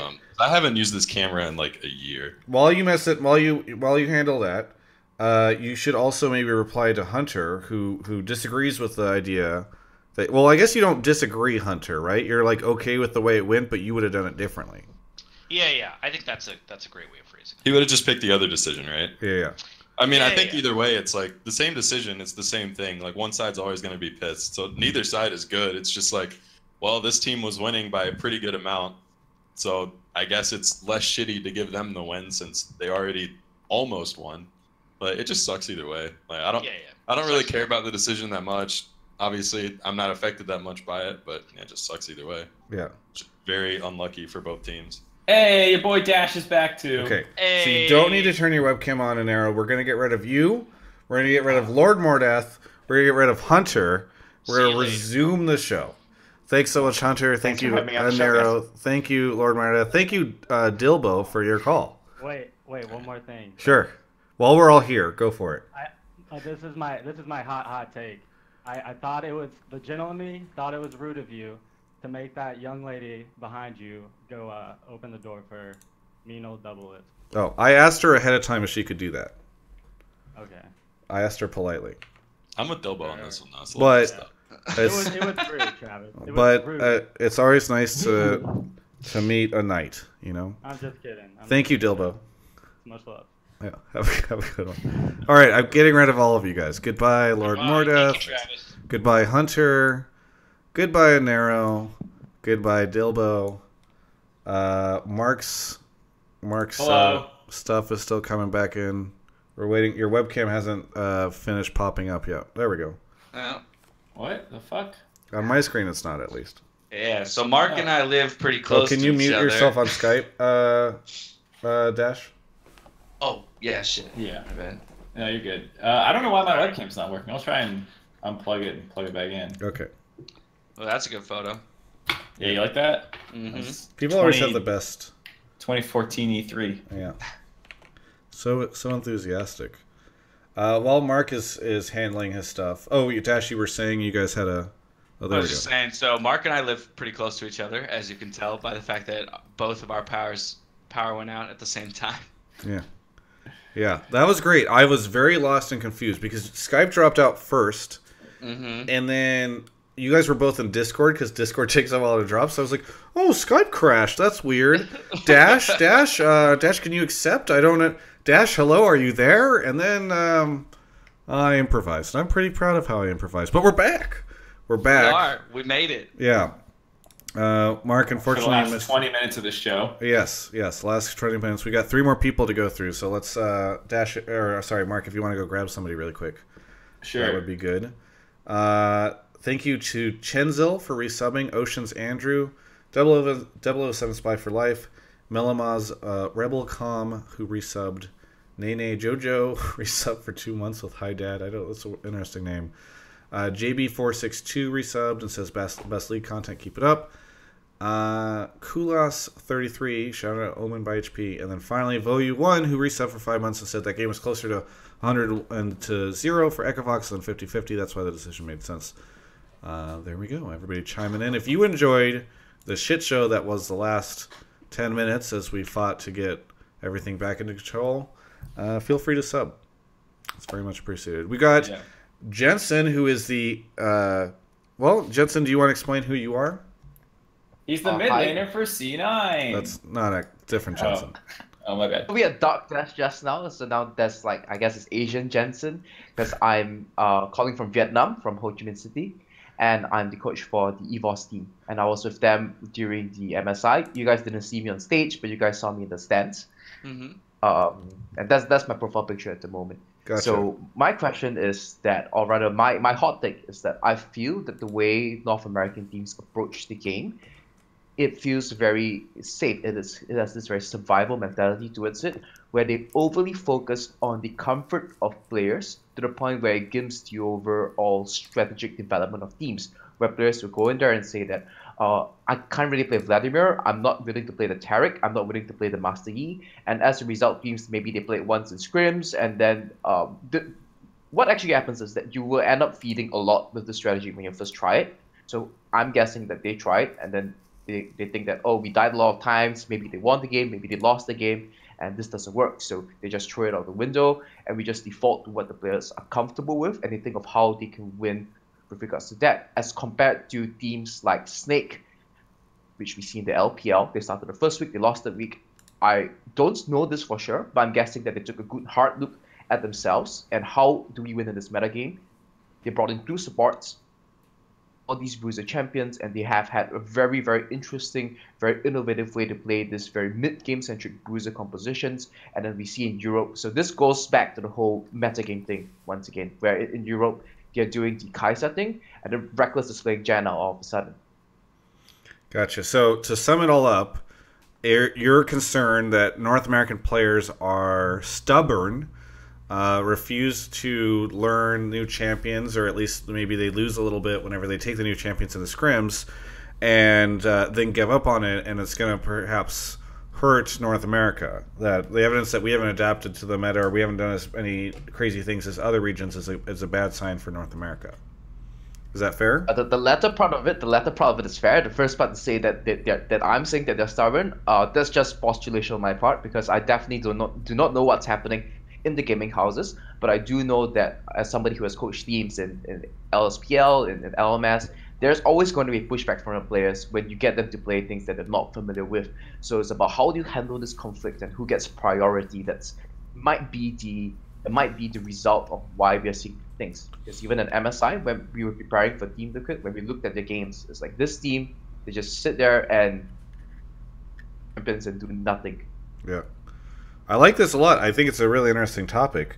I mean, I don't know, Dash or Mark, if you want to take it first. I want to hear from Mark because he has experience coaching. Yeah. Yeah, I think I never played in this. Travis, we're getting a little bit of feedback. Oh, sure. Through Discord. Yeah. I never had a situation where the meta was so topsy-turvy that like our players weren't familiar with or just opposed to the meta. And on Curse in season 4, we kind of had the opposite problem where like Voyboy and Quas had a lot of weird pocket picks, and it was almost like, can we settle down a little bit? But I definitely think, especially if the feeling of the meta was that it's like, oh, it's an accident or Riot will revert this. Even then, I could totally see more players not wanting to do it. I had a funny, Jat and I were joking towards the end of day 2 when we saw how many marksmen were still being played in North America. We're like, I wonder if the teams that tried stuff lost, were convinced it wasn't very good, and then marksmen are going to get buffed soon in 8.12 and 8.13 or something, and then North America just completely gives up on these strategies. Because I'm scared that that's actually what's going to happen. Chime in here because there's some similar sentiment in Vietnam as well. We had some massive player meeting yesterday, and I'm hearing a little bit of that from some of the teams. They actually believe that, you know what, let's just send back the first 3 games, we play what we're comfortable with, and then we hope that Riot fixes everything. So by the time the 3rd week or 4th week comes around, we don't have to worry about Master Yi Taric. And I don't think that that's a good mentality, because at MSI, it's all about adaptation, and you have to adapt over the course of 5 days. To adapt, I 100% agree with this sentiment. But I do think that then the conversation has to expand outward again to it's all team by team. And as you mentioned, you don't know why the none of us know why the players are being resistant, or even if they are being resistant necessarily in scrims around the new stuff. But again, a team like Echo Fox has found their way to win, but just because that they found their way to win doesn't mean that's the best way for TSM to win, is the best way for Golden Guardians to win, is the best way for Snake to win. And likewise, so then like I look at the example, I go, yes, I'm so happy that Snake dove in and said, hey, within all of this, like, how do we come out on top? How do we come out with the victory at the end of the day? And the solution for us is to bring in our sub support so that we can do the gold funnel strategy with people who have a mastery of the champions that they're playing. But I'm not sure that that's the right decision for TSM as well. They might not have a sub support who's that capable, or maybe they don't have the person who can play Master Yi well enough, or they don't have the understanding of the macro strategy around that supports making that change. And then I would expand that one more time to the idea that like win rates and the number of different strategies that are being played, to me it doesn't seem like anyone knows the best way to play League of Legends right now. And so even more so, I think it's hard to criticize teams for what they're doing or not doing based on that. I think it's hard to pinpoint anything, but to Asian Jensen's like concern. Can we just go with Jensen? I don't know if we need to. I don't want to what are we more concerned about, like Evos Jensen? Evos Jensen, sure. He called himself Asian Jensen first. I just don't want to confuse viewers on he YouTube can call himself Asian Jensen. You can't, Mark. Oh, I see how this is, Travis. Anyway, to Evos Jensen's point, like I would be concerned. Like it's hard to pinpoint on any one specific team the exact reasons they're doing anything. But if all of North America has a much heavier bias towards the previous meta, I do think that is a bit of a like symptom for concern that like maybe we don't as a region adapt very well, or like the reason that we have to play this way and that new strategies are not the best way for our players to play is because we are worse at thinking out the game and the meta and these kinds of things. So I agree, but I agree with that, like that in the sense that I mean international play or international results kind of speak directly to that, right? We see NA teams fall out while other regions choose to adopt the tournament meta. But I want to push back on the mentality that all teams must accept what is considered good and say, now we need to learn that. I rather come at it from the approach of, what does our team think is the best way for us to learn or to win? And that's what we should practice. Not what has been after 1 week internationally or globally determined as the optimal way to play League of Legends. Yeah, but Dash, you can kind of see and experiment. I want teams to say, hey, this change came through, so if we play this champion, how does it? But hey, you know what? We played 10 games of it, and you clearly don't have an understanding of that champion or this style of play. Like, what else works for us? Because I would almost very rarely would I contest there's one optimal way to play League of Legends. I think that all pro players, all pro teams are more stubborn than they should be when it comes to looking for new ways to find victories. But you can kind of see the concern when a giant patch comes out that changes everything up. All the other regions start like doing stuff that seems very experimental with that patch, and we see that the least in North America. Well, and to be fair, I know teams practiced a lot of this stuff, like in prep for the split, talked to a handful of players and teams and coaches and stuff. And like a lot of them, like I heard about Shyvana Mordekaiser from a team way before I saw it in the LPL. So it's not like they weren't trying things. But I definitely am concerned that like maybe we didn't learn how to play it properly, or whatever strategy it is, not necessarily Mordekaiser. We got maybe just too afraid and ran back to the comfort that we didn't see the success right away, and we gave up on it, and we just went back to comfort. But you're less concerned about that, Dash. No, I am concerned. My point is, I struggle with the idea that NA. I don't like this. I don't think it's isolated to NA. I think it's across all teams. All teams across all regions are stubborn, but I don't actually fault teams when the meta is in its craziest point that it's been in 5 years. I don't fault teams for actually, in this case, being more measured. And let's remember that, like, this was just week 1. They still have to play again next week, and I'm sure more stuff will come out as they become more comfortable. But I'm not ready like in this specific case, as ready to condemn teams necessarily for what they did or didn't try, because ultimately, if it's not ready to go on stage, it's not ready to go on stage. Or if my player isn't capable of, why would I put a player on X champion if they're not capable of playing that champion or playing that strategy effectively? I'm even putting myself at further disadvantage, even if it's the optimal way to play. Yeah. So that's kind of my like, and this is all to say that there's no resolution on it. Again, like if I were a coach, I would be encouraging my players to play everything when a new patch comes out. I'd be like, let's try this, let's try this. I saw this work in another region. Let's try this, and I would expect my players to be willing to try those things. But then I think it's about, as an organization, figuring out how do we determine what we've tried, what is worth bringing to the LCS stage, what is worth putting an actual win or loss on the line for in the LCS. Yeah, I worry if the other regions are playing stuff that's better and our region is not getting to that state quick enough. And maybe that's not the case right now, but I can definitely understand the concern. No, I think that is a totally valid concern, but my question is, can you tell me what the optimal way to play League of Legends is? No, but we're discussing the idea that, like you mentioned, there are people that are, like, players are subbing across all regions.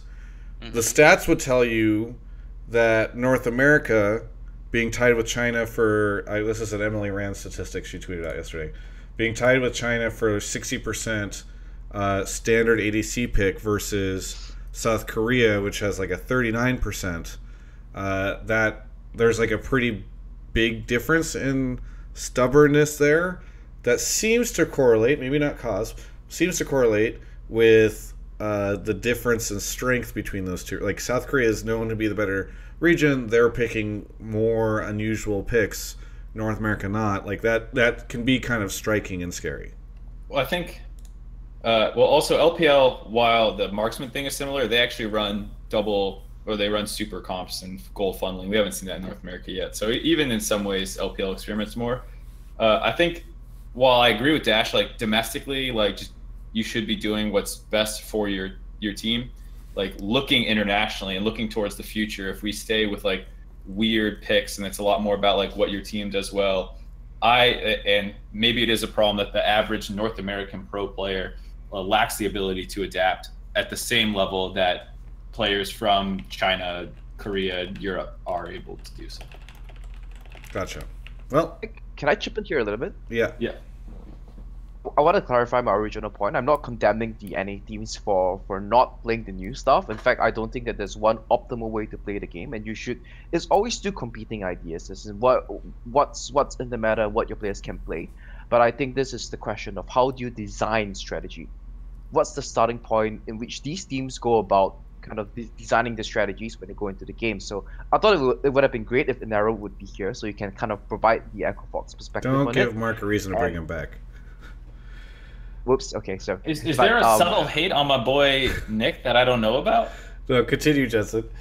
I think that it actually works better for them because they start with there's no one correct way to play the meta, but I think that if you design your strategy with the question of how do we win the game first rather than what's comfortable for us, so where's the starting point, and you can do it either way. I think that either way, if you are able to merge the two, you will have a winning strategy. But if you start with how do we win first, and then you will start to see a lot more innovation, you start to see a lot more diversity in strategy as compared to you do the strategy design the other way around, where you start with what are we comfortable with, and then you work towards how do we win the game. Yeah, fair enough, Jensen. Thank you so much for your call. Thank you, man. Yeah. Dash, do you have a hard stop in 2 minutes? I can go a little bit longer. I can do like one more caller. Okay, we've got 2 more. Can we do 2 really quick callers? If they're quick, yeah. Okay. Go, Mark. Give a shout out really quickly to I Am the Fourth Hokage and Viggy Kupu, who both subbed. Hopefully Mark grabs somebody any minute. The clock is ticking. Can he get us a caller in time? See him talking. Dash is sweating. It's all so much coming down to the last final moments here on Hotline League. Well, I guess if he's taking time, I will throw in my final point on that. I think Jensen and I were actually arguing very similar points. I do believe that the victory, again, how I win, is the most important thing. Player comfortability on champion or player comfortability on X strategy is a factor of what is the best way for our team to win. So I think in a lot of ways we were arguing the same point, and I think we were kind of arguing around not even arguing, but I think we were talking around something with a lack of clarity, but saying very similar things. Gotcha. Yeah, I gotcha. No, I think it's probably true. Rico Suave, we got to get through your call really quickly. What do you want to say? Where are you from, and what do you want to say? I'm from New York City. Ooh, hell yeah! Welcome. Thanks. What do you got for us? So my hot take is I want to talk about how terrible the meta is for two reasons. One, the new meta is promoting trolling, and two, the current meta right now is destroying, I guess, that infrastructure that makes League different from every single other MOBAs. So when it comes to the trolling part, you're starting to see a bunch of new champions being picked in different roles. And at this point, it's like, you can play any champion anywhere as long as it looks quote-unquote winnable. And my second take would be it's destroying, I guess, the infrastructure that made League of Legends unique compared to other MOBAs. Because before I even played League of Legends, I was playing Dota, and one of the main reasons I even stopped playing that game is because there was no sense of structure. Like Dota is just like League of Legends currently right now. You pick whatever champion you want, and you go with it and just hope you win, as long as you don't get monkeys in your teams. Gotcha. Okay. Rico, don't look at Twitch chat right now. They very much disagree with you. We're going to go really quickly with Mark and Dash, whichever one wants to go first. I think we need to define what you consider. I assume he means that in solo queue, you can say, hey, I'm picking jungle What are you talking about? Teemo. Are people using this meta as an excuse to take a champion to a lane and then int and like actually troll you?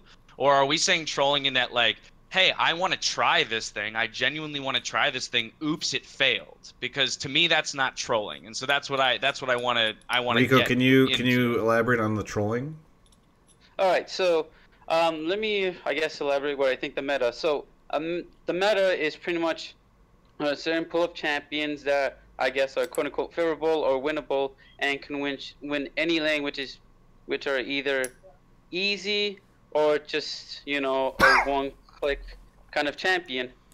And now with the meta literally just opening it up to whatever champion you want to play in any role, it could also get rid of any idea. So instead of having a jungler, why don't we just have two people top lane, two people bottom lane, have one person middle, or get rid of the support and have two junglers, have one invading the other camp, and the other jungle just stick into their side of the jungle. So the concern is that you can now use the excuse of this is a weird meta to do stuff in games in ranked or whatever that is not going to let you win the game.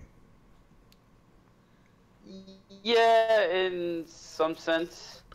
All right. I guess this reminds me of like no offense to Riot Dash, well, I'm sure he kind of agrees with this. This reminds me of the reasoning that Riot gave for why they shouldn't have a sandbox mode. Like, this will increase people's negativity and toxicity in the game because you can now be told, go back to sandbox mode. Like, I just don't understand this. Like, the people who are going to troll and do dumb things to lose games intentionally. Yeah, they're going to do it in any meta. Now they just, like, they point to this other thing and that's their new reason. Like, whatever. They would have done it anyways. Whereas, like, if they're legitimately trying new things, some of them are fine. Like, double jungle sounds dumb to me. And that guy can't really justify double jungle in any way. Like, you can't. There's actually less camps on the map. If anything, it's the worst meta to double jungle. And that guy's just being dumb. And so, like, you can still very easily, case by case, tell if someone's trolling or not, I think. Yeah. Dash, quick take? Yeah, I agree with Mark here. I think that trolls will be trolls. Like that's then it's more about putting in other systems in place to deal with trolls. But I personally like a World of League of Legends where people want to experiment and try. I would love to see. I agree with Mark. In this meta, it'd be terrible. But like, I would love it if one day we came into the LCS and you saw a double jungle versus a single jungle, or you saw, as you mentioned, two top, one mid, two bot, no jungler, right, against a team that was playing what we call standard. Like, I would love to see the way that interacts, and if there are actually ways to win the game that aren't 1-1-1-2, like that would be really cool. So I don't know. I guess I disagree that this meta is bad for that reason, because Yeah, but I don't have can any understand. statistics on whether or not more trolling happens. We'll wrap it up with this. I can understand the concern that in a world where everybody can just say, "Oh, I'll just do whatever I want." Like, I interviewed Kobe over the weekend. He was saying that some of his favorite times in the preseason is when he can try unconventional things because you don't get yelled at and ranked for trying something unusual and not meta. I think that's a good thing. I think that there are downsides to that where you can start to just do really weird stuff to be a jerk, but ultimately, yeah, those people will get caught and hopefully reported and handled, and they'll lose their games and get frustrated. I don't know, but Rico, I understand what you mean. I think we just kind of disagree that's a reason not to do to have this meta in the first place. Thank you so much for your call, though. Thank you, man. Sorry we couldn't give you more time. No, don't worry about it. All right, Mark, you want to see the last? Okay, he's off. What do you got? Are you able to say what you're doing tonight, Dash? Practicing for Rumble. Oh, nice. We do a little internal League of Tournament, Legends tournament. Yeah. Right. It's like a practice. Moonboy is here. Moonboy, are you calling from the moon? I am not, but I'm calling from Milan, Italy. Ah! Oh, hey. There's a big fashion world there. That's what I know about Milan. Yeah, I'm not really part of that world, so. Well, we all have our disappointments for tonight. Your Twitch sub, though, which doesn't disappoint me. Thank you for being here. What do you want to talk about on the show tonight? I want to talk about how different regions are developing different play styles on this patch, on this meta, and what that means for international play. So we've seen that LPL historically has been very ADC-centric. Just give Uzi Kaisa and he'll keep shitting on everyone, so why would they move away from that? LCK has been a little bit more diverse. They play some gold funneling comps, they play a lot of bruisers in the bot lane, Mordekaiser, some weird shit. In EU, we've seen a lot of mages in the bot lane. Fnatic did that gold funneling comp. I don't think they executed that well, but it's okay. And NA, as what we've seen so far, is more traditional, more stubborn, as Evo's Jensen was saying before. And if this diversity in the meta sticks around for Worlds, I'm looking forward to seeing these different styles clash. I think this gives Western teams a good chance to close the gap. I know it's a forbidden term, but if we look in recent history, which Western team got closest to take down an Eastern team? It was Misfits at Worlds, bringing SKT to 5 games, and they didn't do it playing Janna and Lulu and Kate and Ardent sensor supports like everyone was doing at the tournament. They did it by playing Fervor Leona and Blitz. They played their style, and that gave them the edge. So I think if Western teams at Worlds can stick to their unique playstyle, if they have a unique playstyle when World comes around, I believe they can go further than we expect from them. Dash?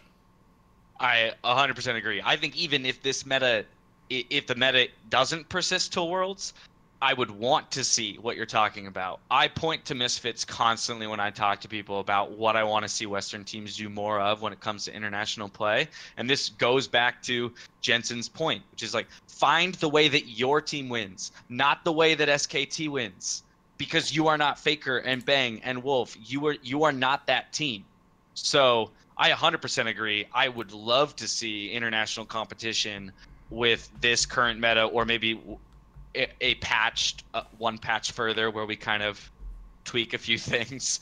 I would love to see what teams decide to pull out and what different strategies regions decide to come with. And I totally agree that in a state of the game where, again, there's no perceived optimal way to play the game, that gives Western teams their best opportunity to perform well at international competition. Here's how North America wins Worlds. This meta sticks a little bit, but then goes even further. So, like, you shouldn't be playing marksman. But North America is so stubborn, they keep playing marksman.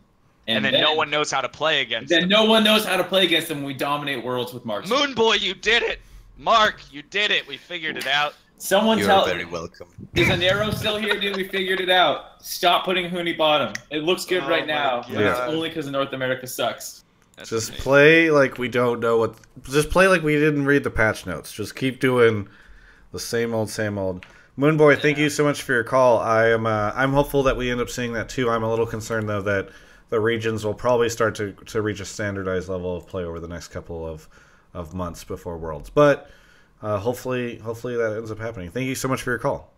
Thanks for having me. And I think it's 5 a.m. there, Bye. so yeah, thank you. All right, we'll just do a wrap up really quick since Dash has to go. Dash, anything you want to say? Any plugs? Anything you want to shout out?